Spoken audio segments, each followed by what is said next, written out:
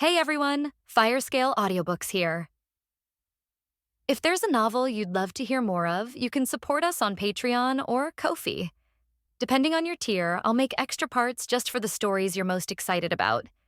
Usually I can only upload 4 to 5 parts of each novel, but with your support we can go beyond that. And of course, don't forget to hit subscribe. It helps more than you know. Well, this was the first clear signal Qin Ziming's brain sent when he regained consciousness. He slowly opened his eyes, and in his field of vision was a tilted sky, with clouds dyed a dirty orange-red. The walls on both sides emitted a thick, sour stench mixed with the smell of rotting garbage. Hiss. Qin Ziming tried to get up, but found a dull pain in the back of his head, and even felt some sticky liquid flowing down the back of his neck. He tried to move his arm, and the joints made a heavy, stiff creaking sound, as if the body had not been used for a long time. Damn it, what's going on? Where am I? Barely managing to prop himself up, Qin Ziming began to recall his memories before he lost consciousness. He was still in his room at the time, staying up all night to finish watching the latest chapter of Chainsaw Man, and he couldn't help but feel excited when he saw the scene at the end where the American flag on the moon was torn apart. What is it? Is it using the entire moon as a weapon? As soon as he finished speaking, Qin Ziming felt a sharp pain in his heart. Before he could even scream for help, everything went black, and when he woke up, he was here. This is unbelievable. What kind of place is this? Qin Ziming tried to get up, but when he looked down at his hands supporting him on the ground, his pupils contracted. This is... The hands that had accompanied him through 18 years of his youth and countless action movies were now even longer and more slender, with more distinct joints, and the skin was somewhat pale, with even the bluish-purple veins visible. He suddenly touched his face. Unfamiliar cheekbone contours, a high, straight nose, and thin, cold lips. Time travel. The word instantly popped into Qin Ziming's head, echoing with an absurdity. Immediately afterwards, a memory that didn't belong to him flooded into his mind. Well, Qin Ziming instantly clutched his head in pain, trying to alleviate the agony. The original owner of this body was also named Qin Ziming, a 17-year-old Hyuxia boy who lived in Kurosaka Town, a small town near Tokyo. His parents were killed in the battle against demons years ago, and he lived on meager compensation and odd jobs. A few hours earlier, he was robbed by a group of thugs in this alley. He was hit hard on the back of the head, and the thugs ran away as soon as they saw that things were going badly. As the boy lay dying, something came, drawn by the scent of death. That thing has no specific form, it's more like a law, or something else entirely. It thirstily burrowed into the boy's still warm body, beginning to devour the remaining soul, but just as it was about to take over the empty shell, another Qin Ziming has arrived. His consciousness, from another world, crashed into this unfinished possession ritual like a meteorite falling from the sky. The price was that the original owner's consciousness completely dissipated, along with most of the original owner's memories. He also suppressed that thing's will deep into his consciousness. He, who had traveled from another world, became the master of this body. Holy crap, this is... Qin Ziming leaned against the damp brick wall to stand up, feeling dizzy. My parents were killed by a demon. What world is this? And what is that thing that crawled into my body? Staggering to the alley entrance, Qin Ziming saw his face clearly through the reflection in the water at the edge of the alley. She had short, black hair with slightly messy ends, and her face was fairly pretty, except for a thin, dark red line at the corner of her eye. The pupils were very dark, almost pure black, and if you looked closely, you could occasionally see an unnatural, amber-colored glimmer deep within them. Suddenly, another wave of memories flooded into Qin Ziming's mind. Qin Ziming's eyes instantly lost focus, as if he had become a puppet. Born of fear, the more feared the name of a demon, the stronger its power. Hell. OM. As that final, earth-shattering roar exploded deep within his soul, Qin Ziming's pupils instantly regained their luster. He plunged his hands into the puddle, his heart pounding wildly as if it were about to burst forth. He stared at the cold sweat dripping into the puddle, and at his pupils, which had now turned amber. Qin Ziming finally understood. I've been transported to the world of Chainsaw Man. That world filled with demons, contracts, and madness. Qin Ziming slumped to the side, and after a long while, he began to sort through all the memories in his mind. In other words, the thing inside me is actually a demon, but it seems to have just been born in this world and hasn't fully formed yet. It wanted to possess the original owner, but I ended up possessing it instead. Qin Ziming was speechless after he finished speaking. This is so melodramatic. So what am I now? A demon or a monster? Surely I can't be a weapon man, can I? After saying that, he touched the dark lines at the corner of his eye. I remember in Chainsaw Man, the devil's head retained some demonic features, so should I be considered a devil, right? As Qin Ziming was thinking, a sudden, violent spasm came from his stomach. I'm so hungry. Qin Ziming knelt on the ground again. This feeling was different from the normal state of hunger. It was like a burning desire for some special substance that came from the depths of his mind. Blood. Demons can heal their injuries by drinking blood, and Qin Ziming's injury to the back of his head has caused his demonic instincts to make him crave blood. Vomit. Qin Ziming leaned against the wall and gagged a few times, but nothing came out. His vision began to sharpen. He could even spot the tracks of a few rats scurrying through the alley, hear the clinking sound of a convenience store opening and closing in the distance, and smell the fresh blood of a living person. No, Qin Ziming clenched his teeth, his nails digging slightly into his palms. This slight pain brought him back to his senses a little. We need to get out of here quickly. After saying that, he hurriedly staggered out of the alley. Kurosaka town is a typical small town outskirts, with low and dilapidated buildings, narrow streets, and at least half of the street lights not working. Qin Ziming walked along the road like a beggar. Because it was dusk, several high school students in uniform walked by together. When they saw his clothes stained with blood and dirt, they quickly looked away and hurried away, as if trying to avoid him at all costs. Qin Ziming was focused on resisting his demonic instincts and had no time to pay attention to the reactions of others. Based on the original owner's remaining, hazy memories, he found an old apartment building. After reaching the end of the third floor, he stopped in front of a rusty iron door, took a key out of his pocket, and opened the door. The room was only about 10 square meters, with just a bed, a table, and a simple wardrobe. In one corner, there were boxes of instant noodles and empty beer cans piled up. The air was filled with the smells of mildew and dust. It seems the original owner wasn't a clean person. Qin Ziming stared at everything in the room, his eyes twitching slightly. After this period of resistance, he has been able to barely resist the demon's instinct for blood. Of course, things might be different if blood is seen. After locking the door, Qin Ziming slid down to the floor with his back against the door and let out a long sigh. I'd better take a shower first. Looking at his now smelly and filthy body, Qin Ziming felt a chill and stood up to walk towards the bathroom. While taking a bath, Qin Ziming carefully examined the body. He was thin, but still had some muscle definition. The wound on the back of his head had long since healed due to his current demonic constitution. After showering, he changed into a clean white shirt and black pants, and cleaned up the trash in the corner. Looking at the slightly cleaner room, Qin Ziming couldn't help but feel much better. That's more like it. The old place was practically a pigsty. He clapped his hands, somewhat smugly, and then lay down on the bed. With his right hand pressed against his forehead and staring at the ceiling, Qin Ziming looked somewhat bewildered. Everything that had happened before kept replaying in his mind. For some people, time travel is a good thing, but for Qin Ziming, it is not. Before he transmigrated, although he didn't live a life of great wealth and luxury, he was still considered happy. His parents are both hardworking and admirable working-class people. He also has younger siblings. Although his grades are only average, they are still respectable. Qin Ziming didn't have any particular hobbies. He neither smoked nor drank. He usually liked to read comics and play games in heaven. He loved watching Chainsaw Man, and had a love-hate relationship with the second freest man on Earth. He even fantasized about what he would do if he traveled back in time, saving this person and that person. But this is completely different from actually time traveling. Qin Ziming couldn't help but rub his throbbing temples. The setting of Chainsaw Man is around 1997. The S-Union supposedly didn't disintegrate because Pokita swallowed the demons of World War II and nuclear weapons, and the world order differs greatly from actual history. As Qin Ziming rubbed the wound, he recalled the information he knew about the Chainsaw Man. His gaze fell on the alarm clock and calendar on the bedside table. 1997. Wow, that really is. Qin Ziming was at a loss for words. How did you manage to time travel so much, of all times, in this year? Qin Ziming sighed, as if he had already resigned himself to his fate. Kurosaka town, this place wasn't mentioned in the manga. He murmured. It seems nothing major has happened in this town, so it shouldn't attract any big shots from Tokyo. I just need to hold out for a year, wait until Denji finishes his ginger and pork stir-fry, and then I can go out and roam the world freely. Ha ha ha. Qin Ziming became increasingly smug as he thought about it, and couldn't help but burst into laughter. His stomach growled at this inopportune moment, not because he wanted to drink blood, but because he was genuinely hungry. Oh dear, let's find out what we can eat first. Qin Ziming seemed to deflate instantly and began searching the room for food. Oh my, I thought this guy had been robbed of all his money. Turns out he had some savings hidden away. Qin Ziming took out several bills from a jar under the bed. They looked to be worth tens of thousands of yen. There was also a bucket of the only food in the room, instant noodles, placed to the side. After pouring hot water from the water heater into the instant noodles and finishing his meal, Qin Ziming stared at the remaining soup in the noodle cup and began to think again. Speaking of which, am I allowed to use demonic abilities now? After all, I possessed a demon. Qin Ziming couldn't help but feel puzzled. Ever since he began to crave blood, he had felt an unusual power within his body, but he didn't know how to use it, or even what the demon was called. Staring at the empty can on the ground, Qin Ziming suddenly froze. He instinctively reached out towards the can, silently chanting in his mind. Receive. The empty can, which had been on the ground, trembled inexplicably a few times, and then, as if drawn by a tremendous suction force, instantly appeared in Qin Ziming's hand. This is. Qin Ziming's pupils contracted, somewhat shocked. He tossed the can into the corner, then aimed his hand again. This time, his outstretched hand slowly closed, and the can in the corner began to dent, fold, and compress as Qin Ziming's hand closed, making a clicking sound. As Qin Ziming clenched his fist, the can was compressed into a thin sheet of metal, as thin as a cicada's wing.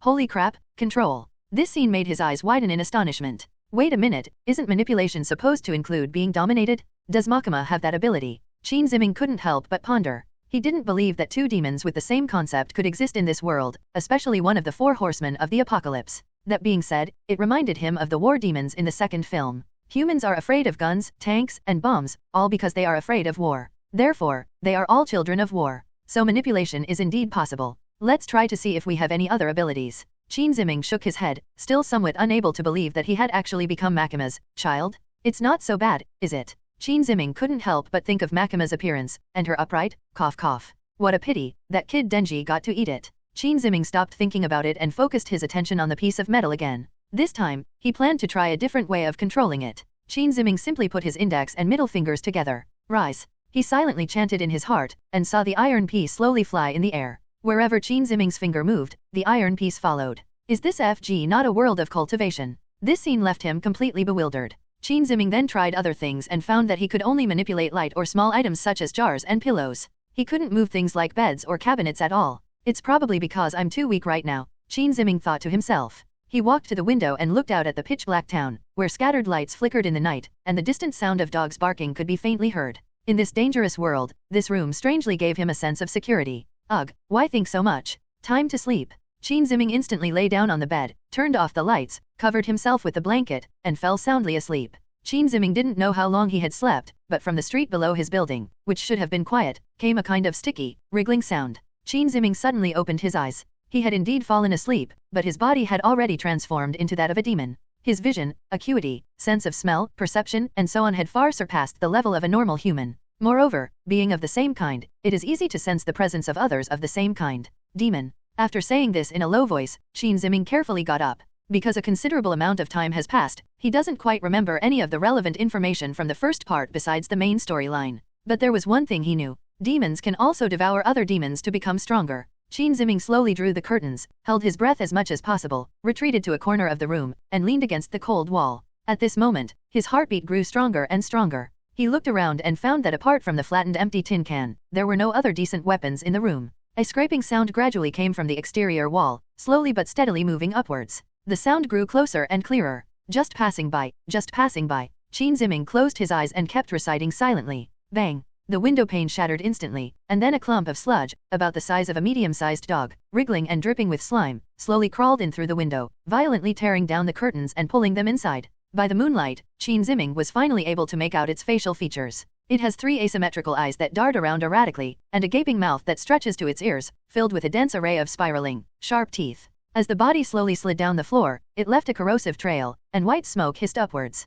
How disgusting! What kind of demon is this? Qin Ziming was trembling all over, his teeth chattering uncontrollably, but he still couldn't help but complain. To truly confront the demons of this world without collapsing to the ground on the spot takes courage. Roll. He stood in the corner, mustered his courage, and roared loudly at the demon, trying to intimidate it. The demon paused for a second, but then its gaping mouth widened even further, as if mocking Qin Ziming's overestimation of his abilities. Run. Seeing that things were going badly, Qin Ziming hurriedly ran towards the door, but just as his fingers were about to touch the doorknob, sizzle. All I could hear was the sound of liquid spraying out from behind me. He instinctively tried to dodge to the side, but it was too late. My left arm was struck instantly, and a searing pain exploded within me, as if my entire arm had been thrown into a pool of sulfuric acid. Ah! Qin Ziming screamed and looked down. From his elbow to his forearm, the flesh on his left arm was melting and carbonizing at a visible rate, revealing the white bone. Blood gushed out, splattering onto the door, the floor, and his own face. My hand? Feeling the warmth on his face, smelling the sticky, metallic scent of blood, and the loss of his left arm,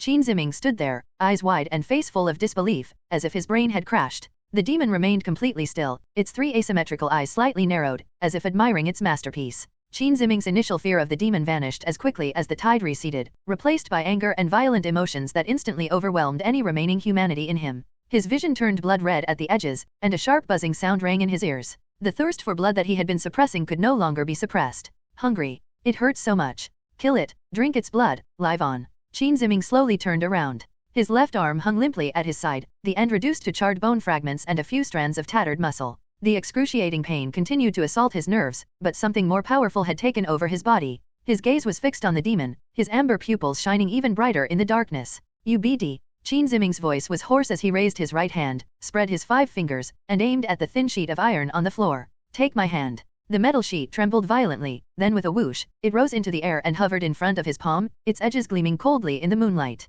The demon's three eyes widened simultaneously, it seemed to sense the danger and shrank back. Give it back to me. Qin Ziming suddenly roared and swung his hand forward violently. The metal sheet instantly transformed into a silver streak, tearing through the air and piercing straight into the demon's mud-like body. Hiss. The demon's entire body convulsed violently, its mouth gaping open, emitting a shrill sound similar to a tire deflating. It suddenly charged at Qin Ziming, trying to devour him whole. Upon seeing this, Qin Ziming's eyes sharpened, and his fingers quickly gathered, rotated, and stirred in the air. Meanwhile, the piece of iron inside the demon's body spun wildly, cutting and tearing at the demon's internal organs. Hiss. The demon's charge halted instantly, emitting a painful howl. Its body began to expand, contract, and twist uncontrollably, its exterior constantly bulging with bizarre protrusions, only to explode in an instant. Thick, scarlet liquid gushed from countless suddenly bursting wounds, splashing onto the ceiling, walls, floor, and Qin Ziming's entire body. Qin Ziming stood motionless, letting the warm demon's blood splatter on his face and flow down his neck into his collar. At this moment, he was concentrating intently on manipulating the metal plate, while his physical strength was rapidly depleting, and fine beads of cold sweat began to seep from his forehead. 10 seconds. 20 seconds. The demon's writhing grew weaker and weaker, its shrieks turned into feeble gurgling sounds, and finally it fell silent. Qin Ziming's body had reached its limit, and he clenched his fist with all his might. Pfft. With a muffled thud, the demon's body exploded from the inside, splattering blood and unidentifiable fragments of internal organs across half the room, staining the bed crimson. The lump of rotten flesh lay on the floor, its three eyes gradually losing their luster, eventually solidifying into a murky, yellowish gelatinous substance. Dead. At this moment, only Qin Ziming's heavy breathing and the dripping sound of liquid from the ceiling could be heard in the room. He looked down at himself, at the unfamiliar version of himself he had become. The left arm was completely empty below the elbow, the cut was charred and carbonized, but no more blood was flowing out. His body, face, and hair were covered in gradually cooling blood and fragments of internal organs, and a stench filled the air. If this were his past life, he would probably have vomited to the point of exhaustion and collapsed to the ground by now. But now, he just stands there numbly, without even a trace of nausea. Is it because I'm a demon now? Qin Ziming was filled with mixed feelings, and a sense of confusion welled up in his heart once again.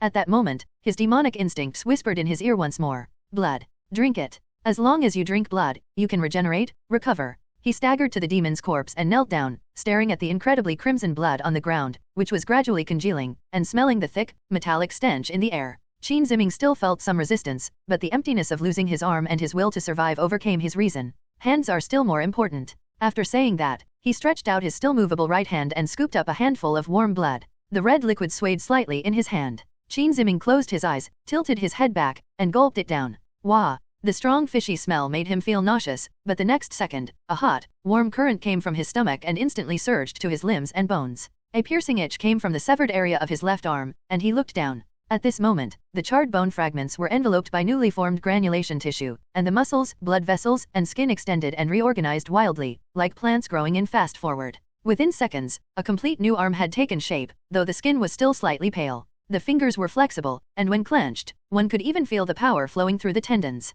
Ha ha ha. Qin Ziming looked at his regained left hand and made a sound that was hard to tell whether it was laughter or panting. But the joy lasted only a moment. The loud crash of shattering glass, the screams of a demon, and the splashing of liquid were enough to wake everyone in the quiet of the night. At that moment, a commotion could be heard downstairs. One by one, the lights in the vicinity turned on, and footsteps and whispers mingled together. It's that room on the third floor? Is it a demon? I've already called the police, everyone don't panic. Qin Ziming heard all the noise from the crowd downstairs. His expression changed, and he abruptly stood up. We can't stay here, we have to run. He didn't want to be in the spotlight right now, especially not because of that woman in Tokyo. Qin Ziming rushed to the wardrobe, pulled out a few relatively clean clothes and stuffed them into a tattered backpack. He then put the tens of thousands of yen into the bag from under the pillow covered in sticky blood. The entire process takes no more than 1 minute. Slinging his backpack over his shoulder, Qin Ziming rushed towards the door, his hand already almost gripping the doorknob. But at that moment, his body froze. A powerful aura suddenly descended, instantly enveloping him. Qin Ziming's pupils widened instantly.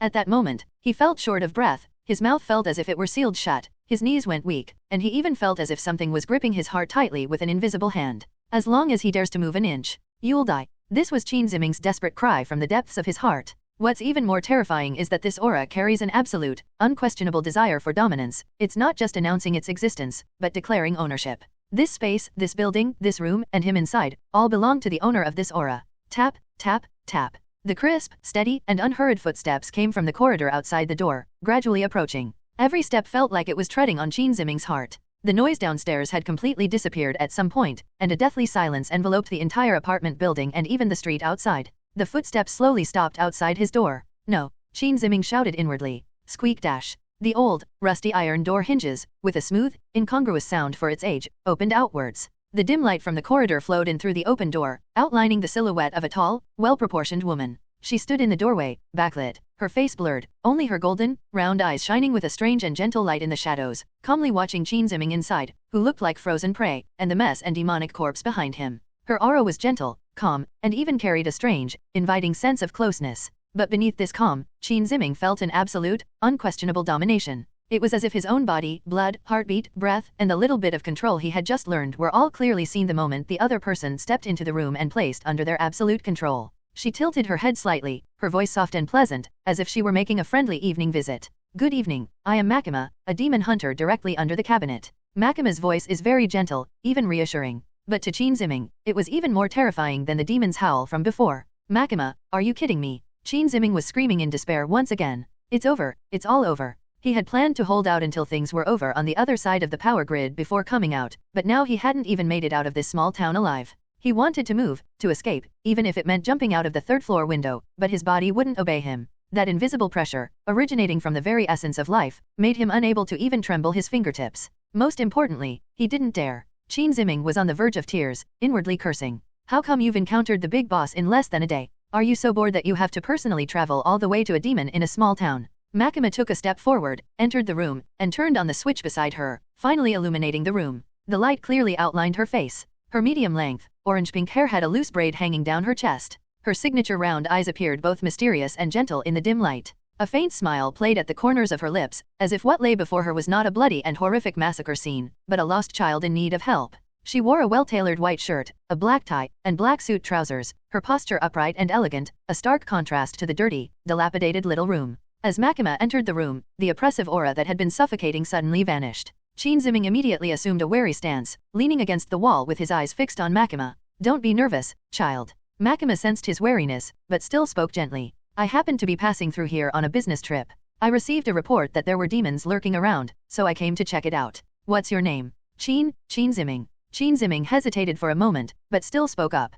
Makima's gaze swept over the demon's corpse on the ground and the bloodstains all over the room, then fell on the bloodstains on Qin Ziming's body and his slightly pale left hand, and she asked softly, Did you take care of this demon? Qin Ziming glanced into her eyes, then quickly looked away, swallowed hard, and said nervously, It attacked me first. Makima nodded, walked briskly to the demon's corpse, and crouched down to examine it. The lump of rotten flesh had begun to congeal and emitted a pungent odor, but there was no trace of disgust on her face. The mud demon isn't particularly strong offensively, but it's highly corrosive. Most people would have a hard time surviving an encounter with it. She stood up, then turned to Qin Ziming, a hint of inquiry in her round eyes. But you look like just an ordinary teenager. How did you kill it? Qin Ziming's heart tightened. I can't exactly tell you I'm from another time and turned into a demon, can I? I'm lucky. He pretended to stammer as he said. When it attacked me, I happened to touch a piece of sheet metal, so I threw it at it, but unexpectedly, the piece of metal started moving on its own. Makima looked at him quietly without saying a word, but her gentle gaze made Qin Ziming feel as if his lies had been seen through, and cold sweat broke out on his back.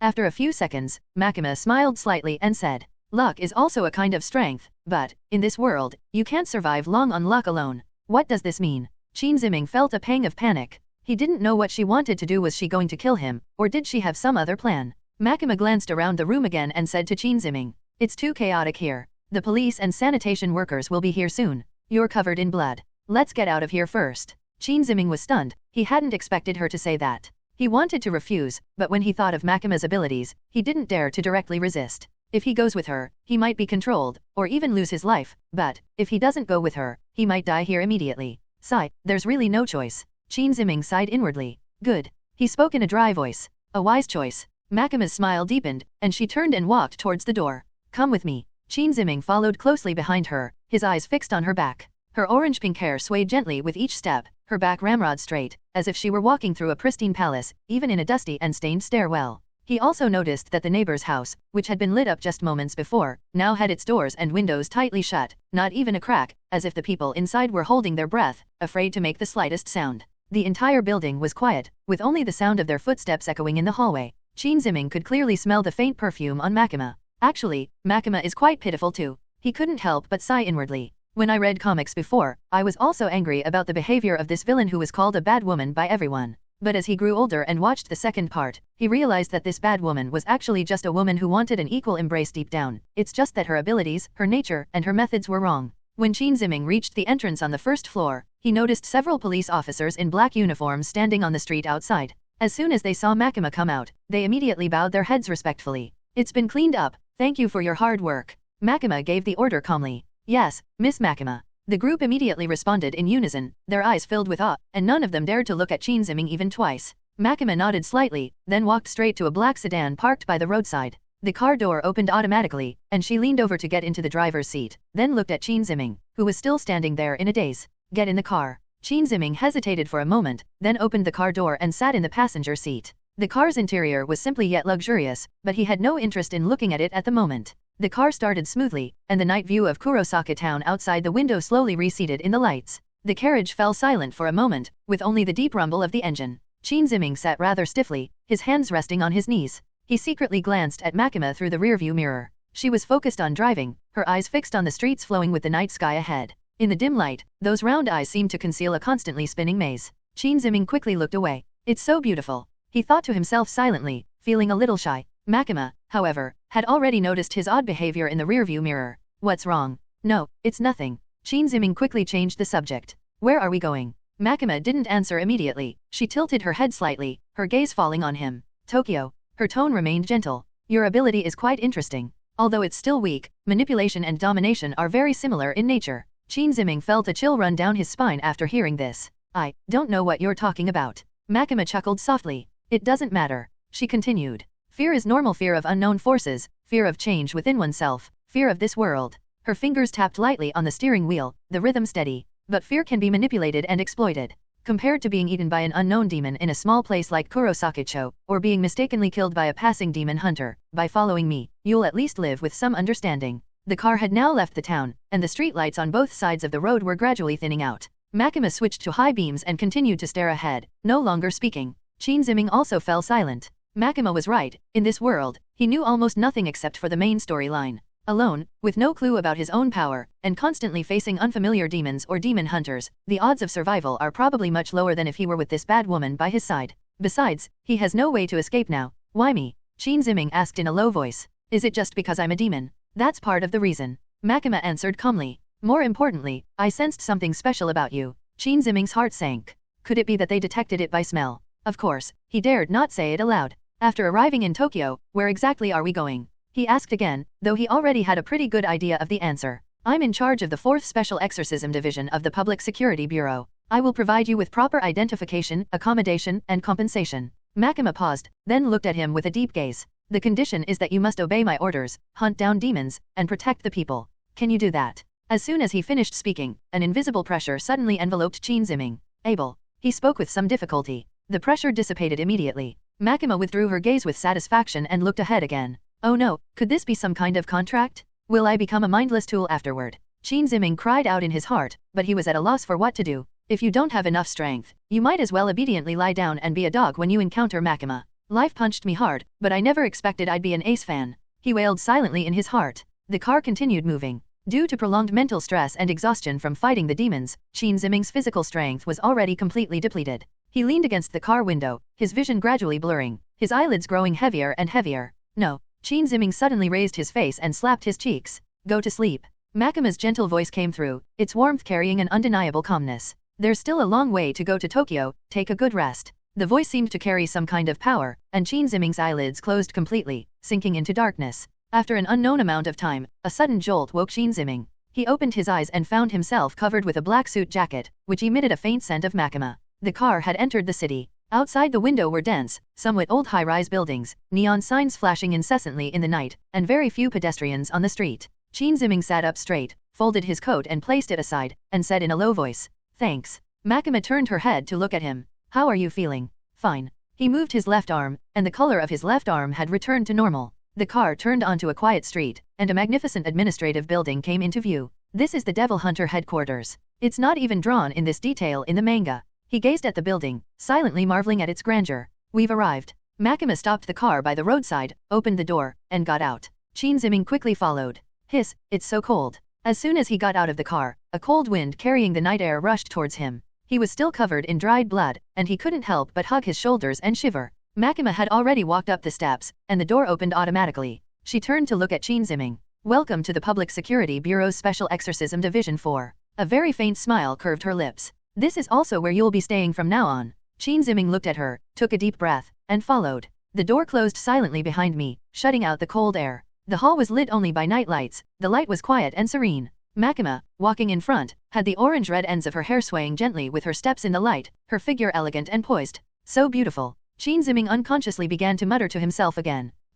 Hearing the noise, Makima turned around with a hint of confusion. "Cough, it's nothing, it's nothing." Qin Ziming quickly pretended to cough and looked away. Makima didn't ask any further questions, turned around and pressed the elevator button. Ding dash. The elevator doors opened, and the two entered one after the other. They pressed the button for the 6th floor, and the elevator began to ascend. Makima gazed at the floor display and said gently, "You can rest here tonight. I'll have someone prepare your police identification and relevant documents tomorrow." "Okay," Qin Ziming immediately responded. The elevator stopped on the 6th floor. The door opened, and Makima went out first, stopping in front of a door opposite that had a sign that read office. She took a magnetic card out of her pocket and swiped it lightly on the sensor. Click. The door opened with a click. "This is my temporary room. You'll stay here tonight. There's a bathroom to wash up, and a new police uniform is in the closet." Qin Ziming entered the room. The room is about 20 square meters and simply furnished, with a single bed, a desk, a chair, and a wardrobe, and includes a private bathroom. "Well then, see you tomorrow, Qin Jun." Makima raised her golden, round eyes and looked at Qin Ziming gently.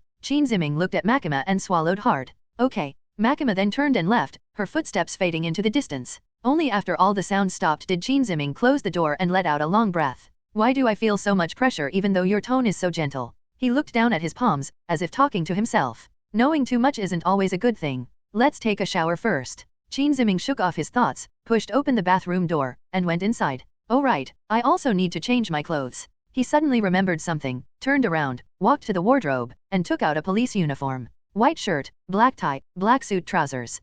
Isn't this the same outfit Makima is wearing? Qin Ziming was a little helpless. He remembered there should have been a black suit as well. "Oh well, I'll just have to make do with these. There's nothing else I can do." He took off all his clothes and threw them into the trash can, then walked naked into the bathroom. After taking a shower, Qin Ziming changed into his uniform and stood in front of the mirror.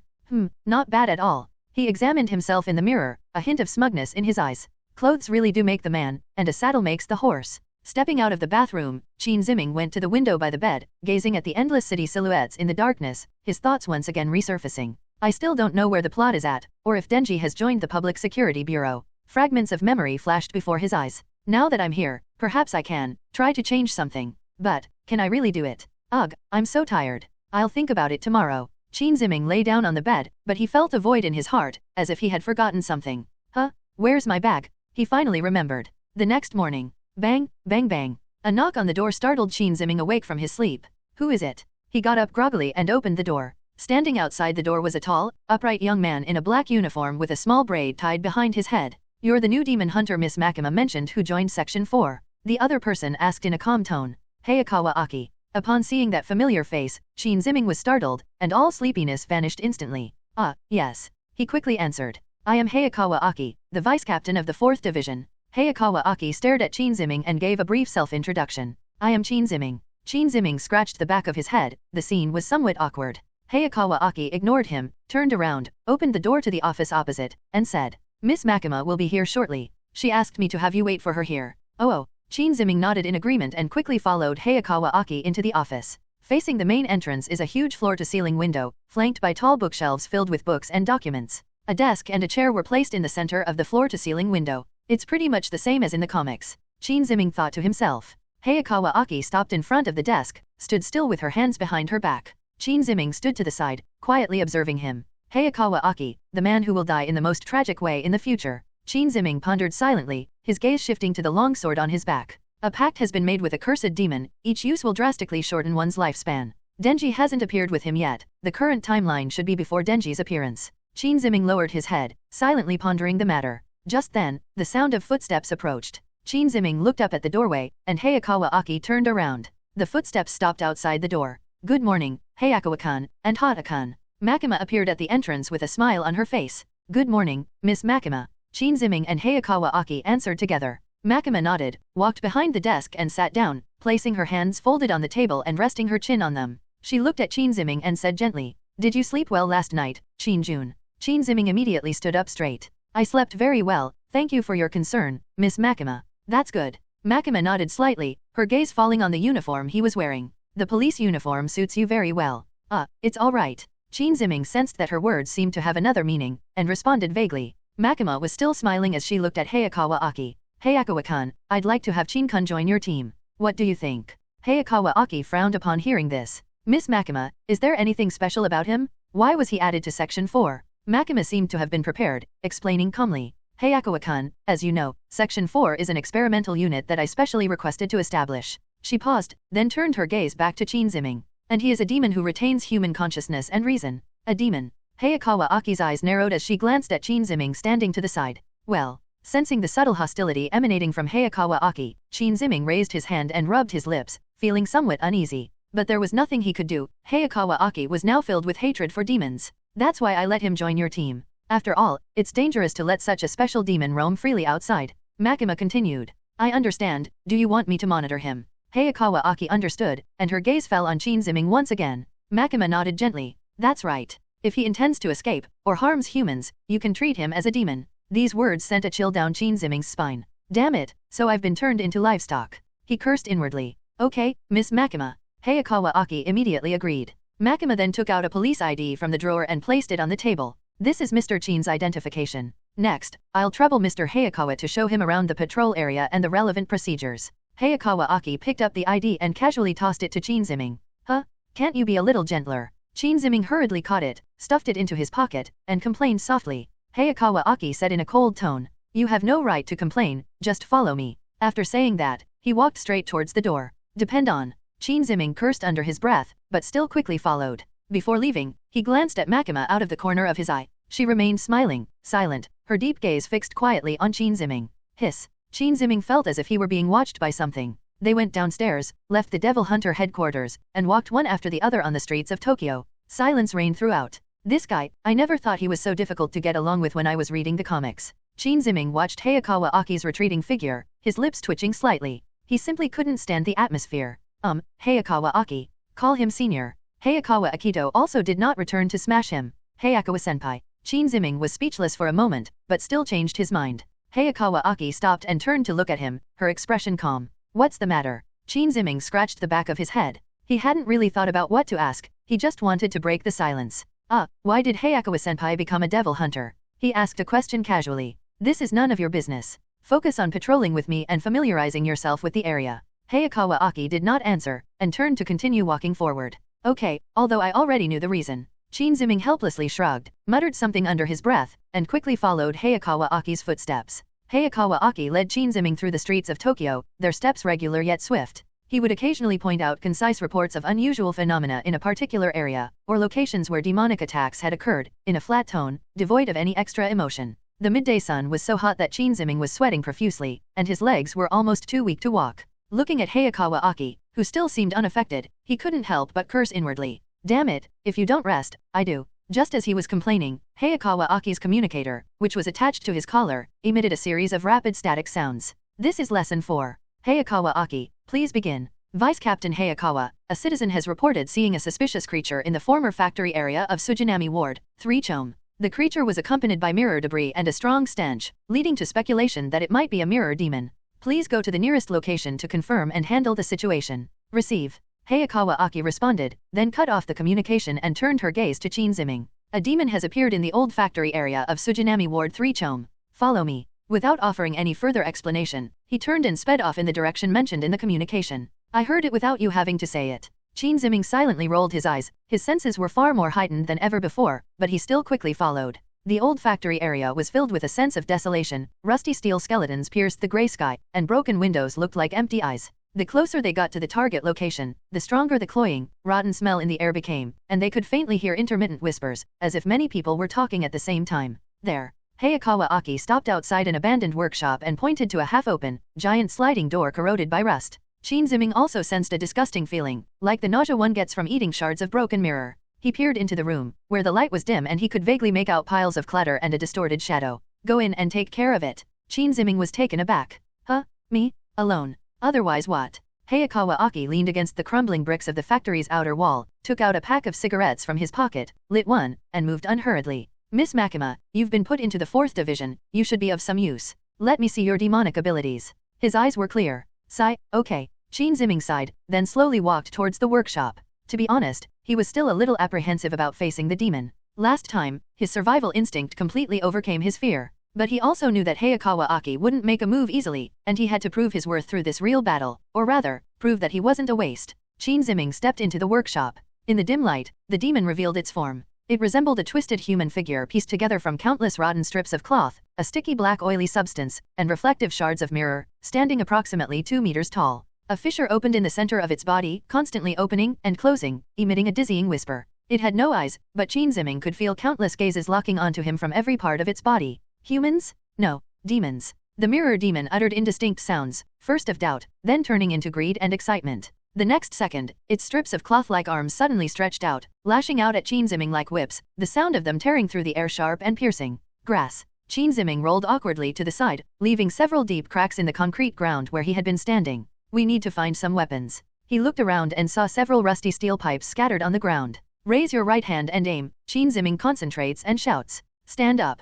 The iron pipes trembled, barely floating, and shot crookedly towards the demon. The oily substance on the demon's body kept wriggling, easily flicking the iron pipe away with a clanging sound of metal colliding. The attack was almost entirely ineffective and instead enraged it. More strips of cloth tentacles burst forth from its body, like a giant predatory net closing in on Qin Ziming. Qin Ziming jumped backward instantly. What's the point of playing this game? Having barely escaped death, Qin Ziming cursed through gritted teeth. He's already struggling to control even a few steel pipes, let alone break through this demon's skin. How is he supposed to fight it? AHH. The devil's whisper suddenly became sharp and piercing, as if countless needles were stabbing into Qin Ziming's mind. Hiss. Qin Ziming instinctively covered his ears, and the demon seized the opportunity to attack with another tentacle. Qin Ziming quickly rolled away again, but the tentacle still grazed his arm, instantly cutting a gash from which blood gushed out. It hurts. The pain actually calmed Qin Ziming down a bit. He tried to manipulate the larger object as he had manipulated the steel pipe before, but when he focused his mind, he only felt a sharp headache and a sense of blockage. Damn, we can't go head-to-head, we need to find another way.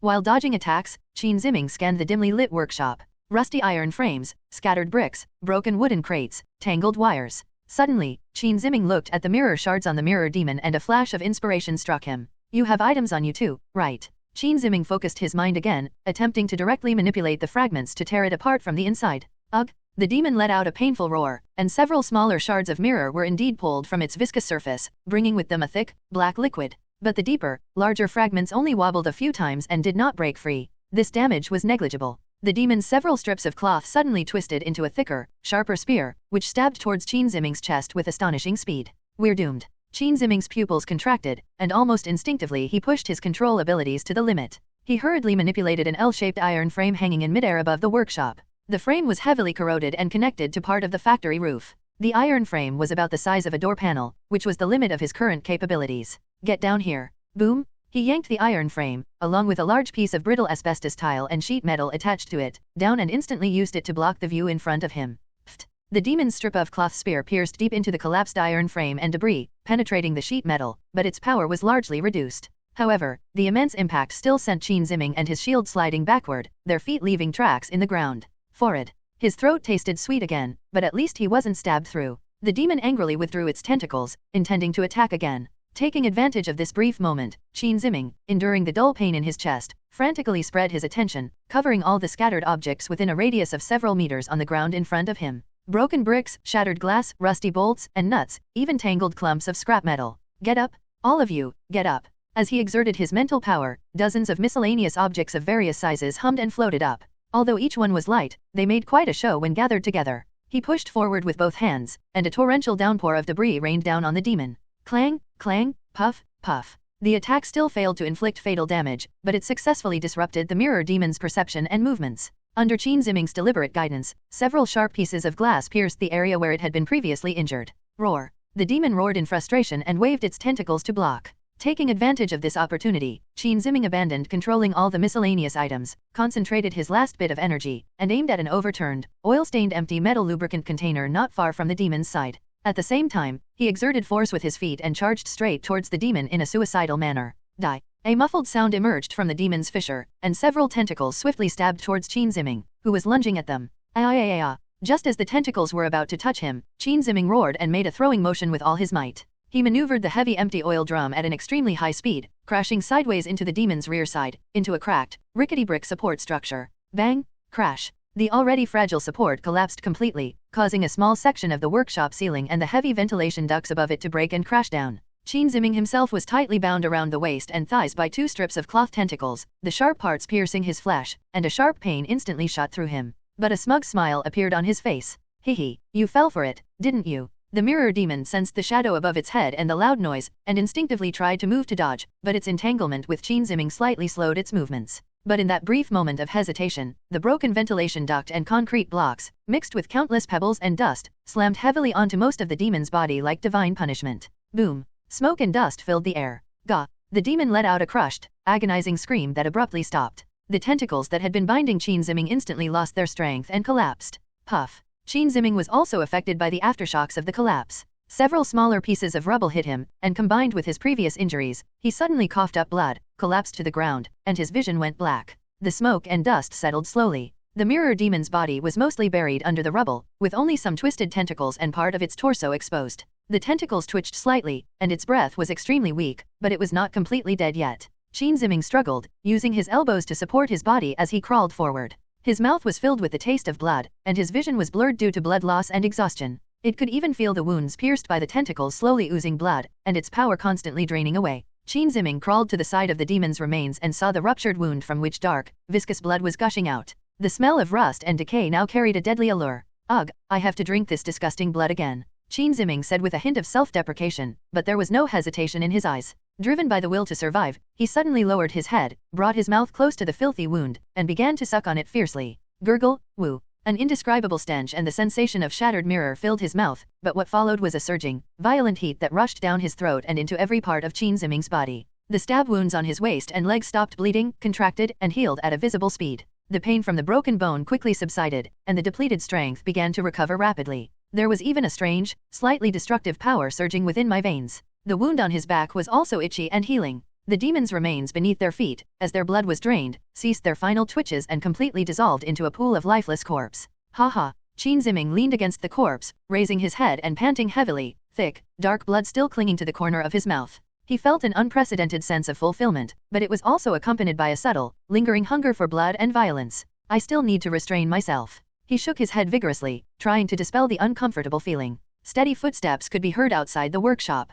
Hayakawa Aki slowly walked in, his gaze sweeping over the chaotic collapsed area, the pile of demonic remains, before finally landing on Qin Ziming, who was covered in dust and blood, with traces of strange color still lingering at the corners of his mouth, but whose injuries had mostly healed. His gaze was calm and unwavering, revealing neither approval nor dislike. He simply lingered on Qin Ziming for a couple more seconds, especially on his rapidly healing wounds. So he really is a demon. Hayakawa Aki said something in a low voice, then pressed the communicator. Old factory in 3 Sujinami Ward, the evil has been eliminated, but the site needs to be cleaned up. After speaking, Hayakawa Aki walked up to Qin Ziming and extended her hand to him. Can you still get up? Qin Ziming glanced at Hayakawa Aki, grasped the outstretched hand in his right hand, and used it to stand up. Able, Qin Ziming said weakly. Although still a bit weak, you did a good job. Hayakawa Aki responded calmly, but his gaze towards Qin Ziming lacked some of its previous aloofness. Thanks. Qin Ziming responded politely, also feeling quite weak himself. Why was Denji so arrogant at first? Was it because I couldn't transform? Qin Ziming silently complained to himself. Just then, the sound of police sirens came from outside. You rest here for a while, I'll handle the rest. Hayakawa Aki gave Qin Ziming the instructions, and then walked outside. Looking at Hayakawa Aki, who was negotiating with the police outside the door, Qin Ziming turned his head and looked at the remaining cloth tentacles of the mirror demon. I can control parts of a demon, that. He had a bold idea in his mind. Qin Ziming raised his right hand and aimed it at the tentacle. Rise. He thought to himself in a low voice. The tentacle actually trembled slightly, then rose a little, but quickly fell back down. Ha! Qin Ziming was panting heavily, but his expression was one of excitement. Ha ha ha, it really can be controlled. Does that mean, once I become stronger, I can control even demons, or anything else? Upon hearing this, Qin Ziming was reminded of Makima's abilities. So similar, too similar. Qin Ziming felt a chill run down his spine, unsure if it was because he wasn't controlling any living creatures. If I could also manipulate thoughts, then I would be on par with dominating. He shook his head, deciding not to think about it anymore. Hayakawa Aki's conversation had ended, and he walked in, looking at Qin Ziming and saying, Today's patrol is over. I'll take you back to headquarters to report on today's situation. Okay. Shin Ziming nodded, and then he followed Hayakawa Aki into a police car and returned. It was around 4 p.m. when I returned to the Demon Hunter headquarters building. The setting sun cast a warm orange glow on the cold concrete building, but it couldn't hide the exhaustion and bloody stench emanating from Shin Ziming. His uniform was almost completely torn, covered in dust and dried dark bloodstains. Although his injuries had healed, the mental and physical exhaustion he had suffered was real. Hayakawa Aki walked steadily toward the elevator, pressed the button for the 6th floor, and Shin Ziming followed closely behind. The slight feeling of weightlessness as the elevator ascended made Shin Ziming feel a little dazed. 6th floor, outside Makima's office. The door was ajar. Hayakawa Aki knocked twice and then pushed it open. Makima was standing in front of the huge floor-to-ceiling window, her back to the door, holding a document in her hand, seemingly reading it, or perhaps looking down at the city's twilight scenery. Upon hearing the voice, she turned around, her face still bearing that signature gentle yet enigmatic smile. "Thank you for your hard work, Hayakawa-kun and Hata-kun." Her gaze lingered on Shin Ziming's disheveled appearance for a moment, and her smile seemed to deepen slightly. "Looks like today's work won't be easy, Miss Makima." Hayakawa Aki bowed slightly and succinctly reported on the day's events. In the former factory area of Sujinami Ward 3 Chome, a demon was discovered and eliminated. Shin Ziming single-handedly carried out the kill, demonstrating his ability to manipulate objects and heal himself by consuming demon blood. His report was objective and unemotional, as if he were reading a standard report. "Did you complete it independently?" Makima gently placed the file on the desk, walked up to Shin Ziming, and tilted her head slightly to look him over. "That's truly astonishing, Shin Jun. To achieve this level on your first official mission, are you injured? Although you look..." Her gaze swept over the healed wound beneath Shin Ziming's tattered clothes. "It seems like everything is all right now." Shin Ziming felt a little uncomfortable under her gaze, and forced himself to stand up straight, saying, "Thank you for your concern, Miss Makima. I'm fine." Makima's smile remained unchanged. "That's good. It seems Shin Jun has proven his worth and that my plan was correct." She walked back to her desk, opened a drawer, and took out a slightly thick brown paper envelope. "This is your reward for your first mission, and some compensation." Makima handed the envelope to Shin Ziming, who took it. "Compensate?" He looked at Makima with some confusion. "I had someone dispose of the backpack you left in the car," Makima said in a calm tone. "The clothes inside were stained with blood and other stains, so there was no need to keep them. I took the liberty of throwing them away. As for the tens of thousands of yen in cash..." She paused, and Shin Ziming's heart jumped. That was all his savings? The banknotes are stained with blood. Using them directly might attract unnecessary attention or trouble. Makima continued, her voice gentle and pleasant. "So I had them exchanged for an equivalent amount of new banknotes and put them in there. Count them, are they correct?" Shin Ziming immediately opened the envelope. Inside were several brand new 10,000 yuan bills and some change. He roughly counted them, and adding them to his original amount, the total was quite considerable, far exceeding his expectations for a beginner's mission. "Yes, absolutely. Thank you, Miss Makima." Shin Ziming immediately smiled, his fatigue fading considerably. Clutching the envelope, he felt his back straighten a bit. Finally, "I'm not poor anymore." This is what he was thinking at that moment. "You deserve it." Makima sat back in her chair, placing her hands crossed on the table. "However, Shin Jun, although you now have an income, accommodation is still a problem. Living at headquarters long-term is not appropriate." She looked at Hayakawa Aki. "Hayakawa-kun, I remember the room next to your apartment is currently empty." Hayakawa Akira's brows furrowed almost imperceptibly, but she still nodded in response. "Yes. Then I'll have to trouble you." Makima's smile seemed flawless. "Let Shin-kun live next door to you. That way, it'll be easier for you to supervise him daily, and it'll also help him adapt to life and the environment here more quickly. The rent can be deducted from his wages." "Hayakawa-kun, is that all right?" Hayakawa Aki was silent for 2 seconds, her voice devoid of emotion. "Understood, I will handle it, Miss Makima." "Well then, you two have had a long day. Hayakawa-kun, please take Shin-kun to his quarters." Makima gently gestured for him to leave, then picked up the documents on the table again. "Yes." The two responded together. Even after leaving the office, Shin Ziming was still basking in the joy of receiving a huge sum of money, but soon reality dealt him a heavy blow. Hayakawa Aki led him directly to a nearby apartment building that looked a bit old. After going up to the 3rd floor, Hayakawa Aki contacted the phone number posted on the door of his next-door apartment, 304. Soon after, the landlord arrived. He was a middle-aged man wearing reading glasses and looking quite shrewd. Hayakawa Aki politely said to him, "Hello, this is my new colleague. They need to rent this room. How much is the rent?" The landlord seemed to know Hayakawa Aki and was somewhat wary of his police officer status, so he didn't ask any further questions and simply quoted a price. "Monthly rent of 20,000. How many?" Upon hearing this, Shin Ziming immediately cried out. "Are rents in Tokyo really that expensive? This seemingly ordinary apartment is reducing the thickness of his newly earned cash by 1/6. This was back in 1997. He could almost hear his wallet's mournful cry. Could you?" Shin Ziming tried to negotiate the price. The landlord adjusted his glasses, said nothing, and looked at Hayakawa Aki. Hayakawa Akira stared at Shin Ziming expressionlessly. Okay, I'll rent it. Qin Ziming reluctantly pulled out the banknotes, counted them out, and gave them to the landlord. The moment he received the keys, they felt like they were burning his hands. It's so expensive. Opening the door to room 304, Qin Ziming surveyed the interior space. The room was more spacious than he had imagined. A typical Japanese apartment layout, with 2 bedrooms, a living room, a small kitchen, a separate bathroom, and a balcony. Although the furniture consisted of only the most basic elements: a bed, table, chairs, a bedside table, an empty wardrobe, and a refrigerator, it was fairly clean, and the sunlight streaming in through the balcony made it quite bright. At least it's still big. Qin Ziming comforted himself, at least it's much better than before. Hayakawa Akino turned and went back to his room 303. A moment later, he came back with a set of neatly folded clothes, a plain dark gray tracksuit. He placed the clothes on the empty table. Your uniform is unwearable. Use mine for now, and you can get a new one from headquarters when you have time. Thanks. Qin Ziming looked at Hayakawa Aki and thanked her. Hayakawa Aki didn't say anything, just nodded, then went back to her room and closed the door. Hayakawa Aki. Qin Ziming hadn't expected him to accept him so quickly. Or was this just how he always was? After taking a nice, hot shower that washed away much of the grime and fatigue from the battle, he changed into the loungewear that Hayakawa Aki had given him. Although it was a little big, it was soft and clean, with a faint scent of detergent, which helped him relax a bit. As Qin Ziming dried his hair and walked into the empty living room, his stomach started growling uncontrollably. Oh, I'm so hungry. The battle and recovery had taken a huge toll, and he was already starving. Qin Ziming opened the refrigerator, and sure enough, it was empty, with only a blast of cold air hitting him. We need to get something to eat. Qin Ziming touched the remaining money and sighed. But thinking about the adventures and gains of the day, I felt I had to treat myself. A thought suddenly popped into his mind. Hot pot. Hot pot is piping hot, quickly replenishes energy, and allows you to enjoy a variety of ingredients. In this unfamiliar place, perhaps only the taste of familiar food could bring him a little comfort.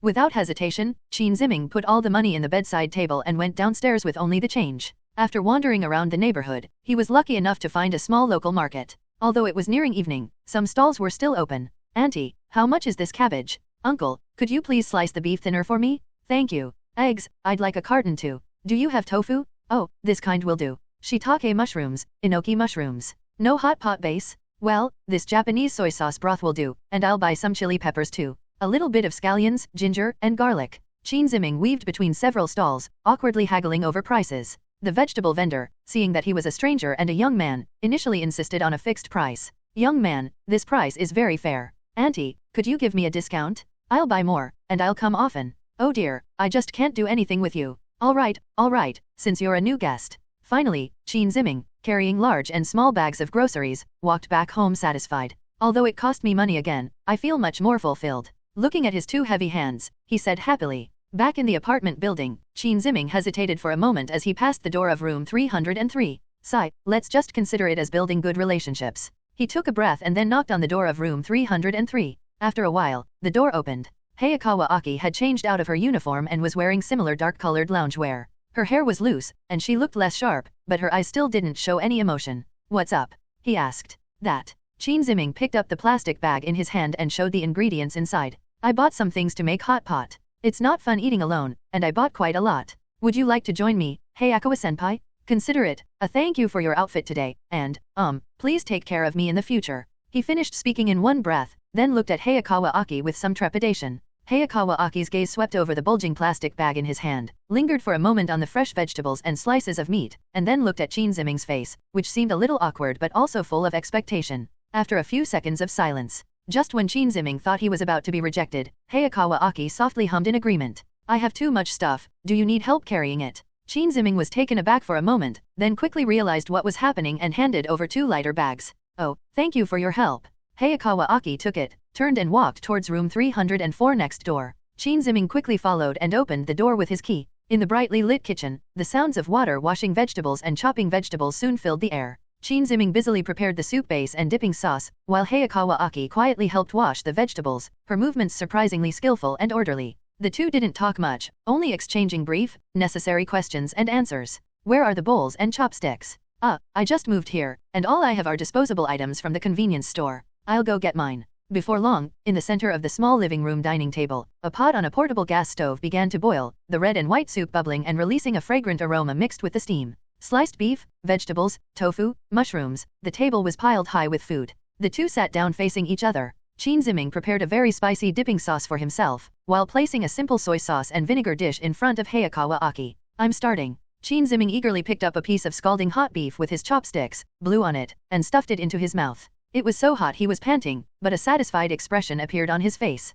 Ah, I'm alive. Hayakawa Aki's movements were much more refined. He picked up a piece of cabbage, rinsed it in the clear broth, dipped it in soy sauce, and quietly put it in his mouth, chewing slowly. The steam from the hot pot filled the air between the two, seemingly softening some of the invisible barrier between them. The taste is not bad. Hayakawa Aki picked up another piece of tofu and suddenly whispered something. Qin Ziming was struggling with a scalding hot fish ball when he heard this. He looked up and saw that under the warm yellow light, Hayakawa Aki's lowered eyebrows and eyes seemed less sharp. Haha, right. Hot pot is, well, the best thing to eat in winter back in my hometown. Qin Ziming smiled and scooped up another spoonful of enoki mushrooms, placing it into the small strainer over Hayakawa Aki's side. This spicy broth is delicious, do you want to try it? Hayakawa Aki looked at the spoonful of enoki mushrooms sizzling in the red oil, paused for a moment, but ultimately didn't refuse. She picked up some and put them in her bowl. The steam from the hot pot still rose between the two of them, and the aroma of the food temporarily dispelled the lingering blood and fatigue of the day. Qin Ziming was busy scooping beef from the red broth, while Hayakawa Aki quietly ate vegetables and tofu in the clear broth.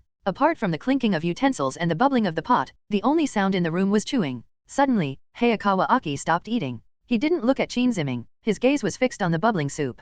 His voice was lower than usual, as if he had considered his words for a long time before asking. You are very different from any demon I've ever seen before. Qin Ziming paused in his act of picking up food, then looked up at him. Hayakawa Aki continued, her tone tinged with doubt. Demons are essentially demons who have possessed human corpses, inheriting some of the demon's abilities and appearance. They typically retain only the most basic desires: eating, destruction, or obsession with a twisted idea. Their behavior is chaotic, their intelligence is often low, and they can only imitate the superficial aspects of humans. He raised his eyes, his gaze sharp as he looked at Qin Ziming. But you can cook, you know how to utilize the environment and tactics, and even, your thinking pattern is like a human's. Why? For a moment, the room fell silent, with only the bubbling of the hot pot breaking the silence. Qin Ziming slowly put down his chopsticks, his fingers unconsciously tracing the edge of the disposable plastic cup.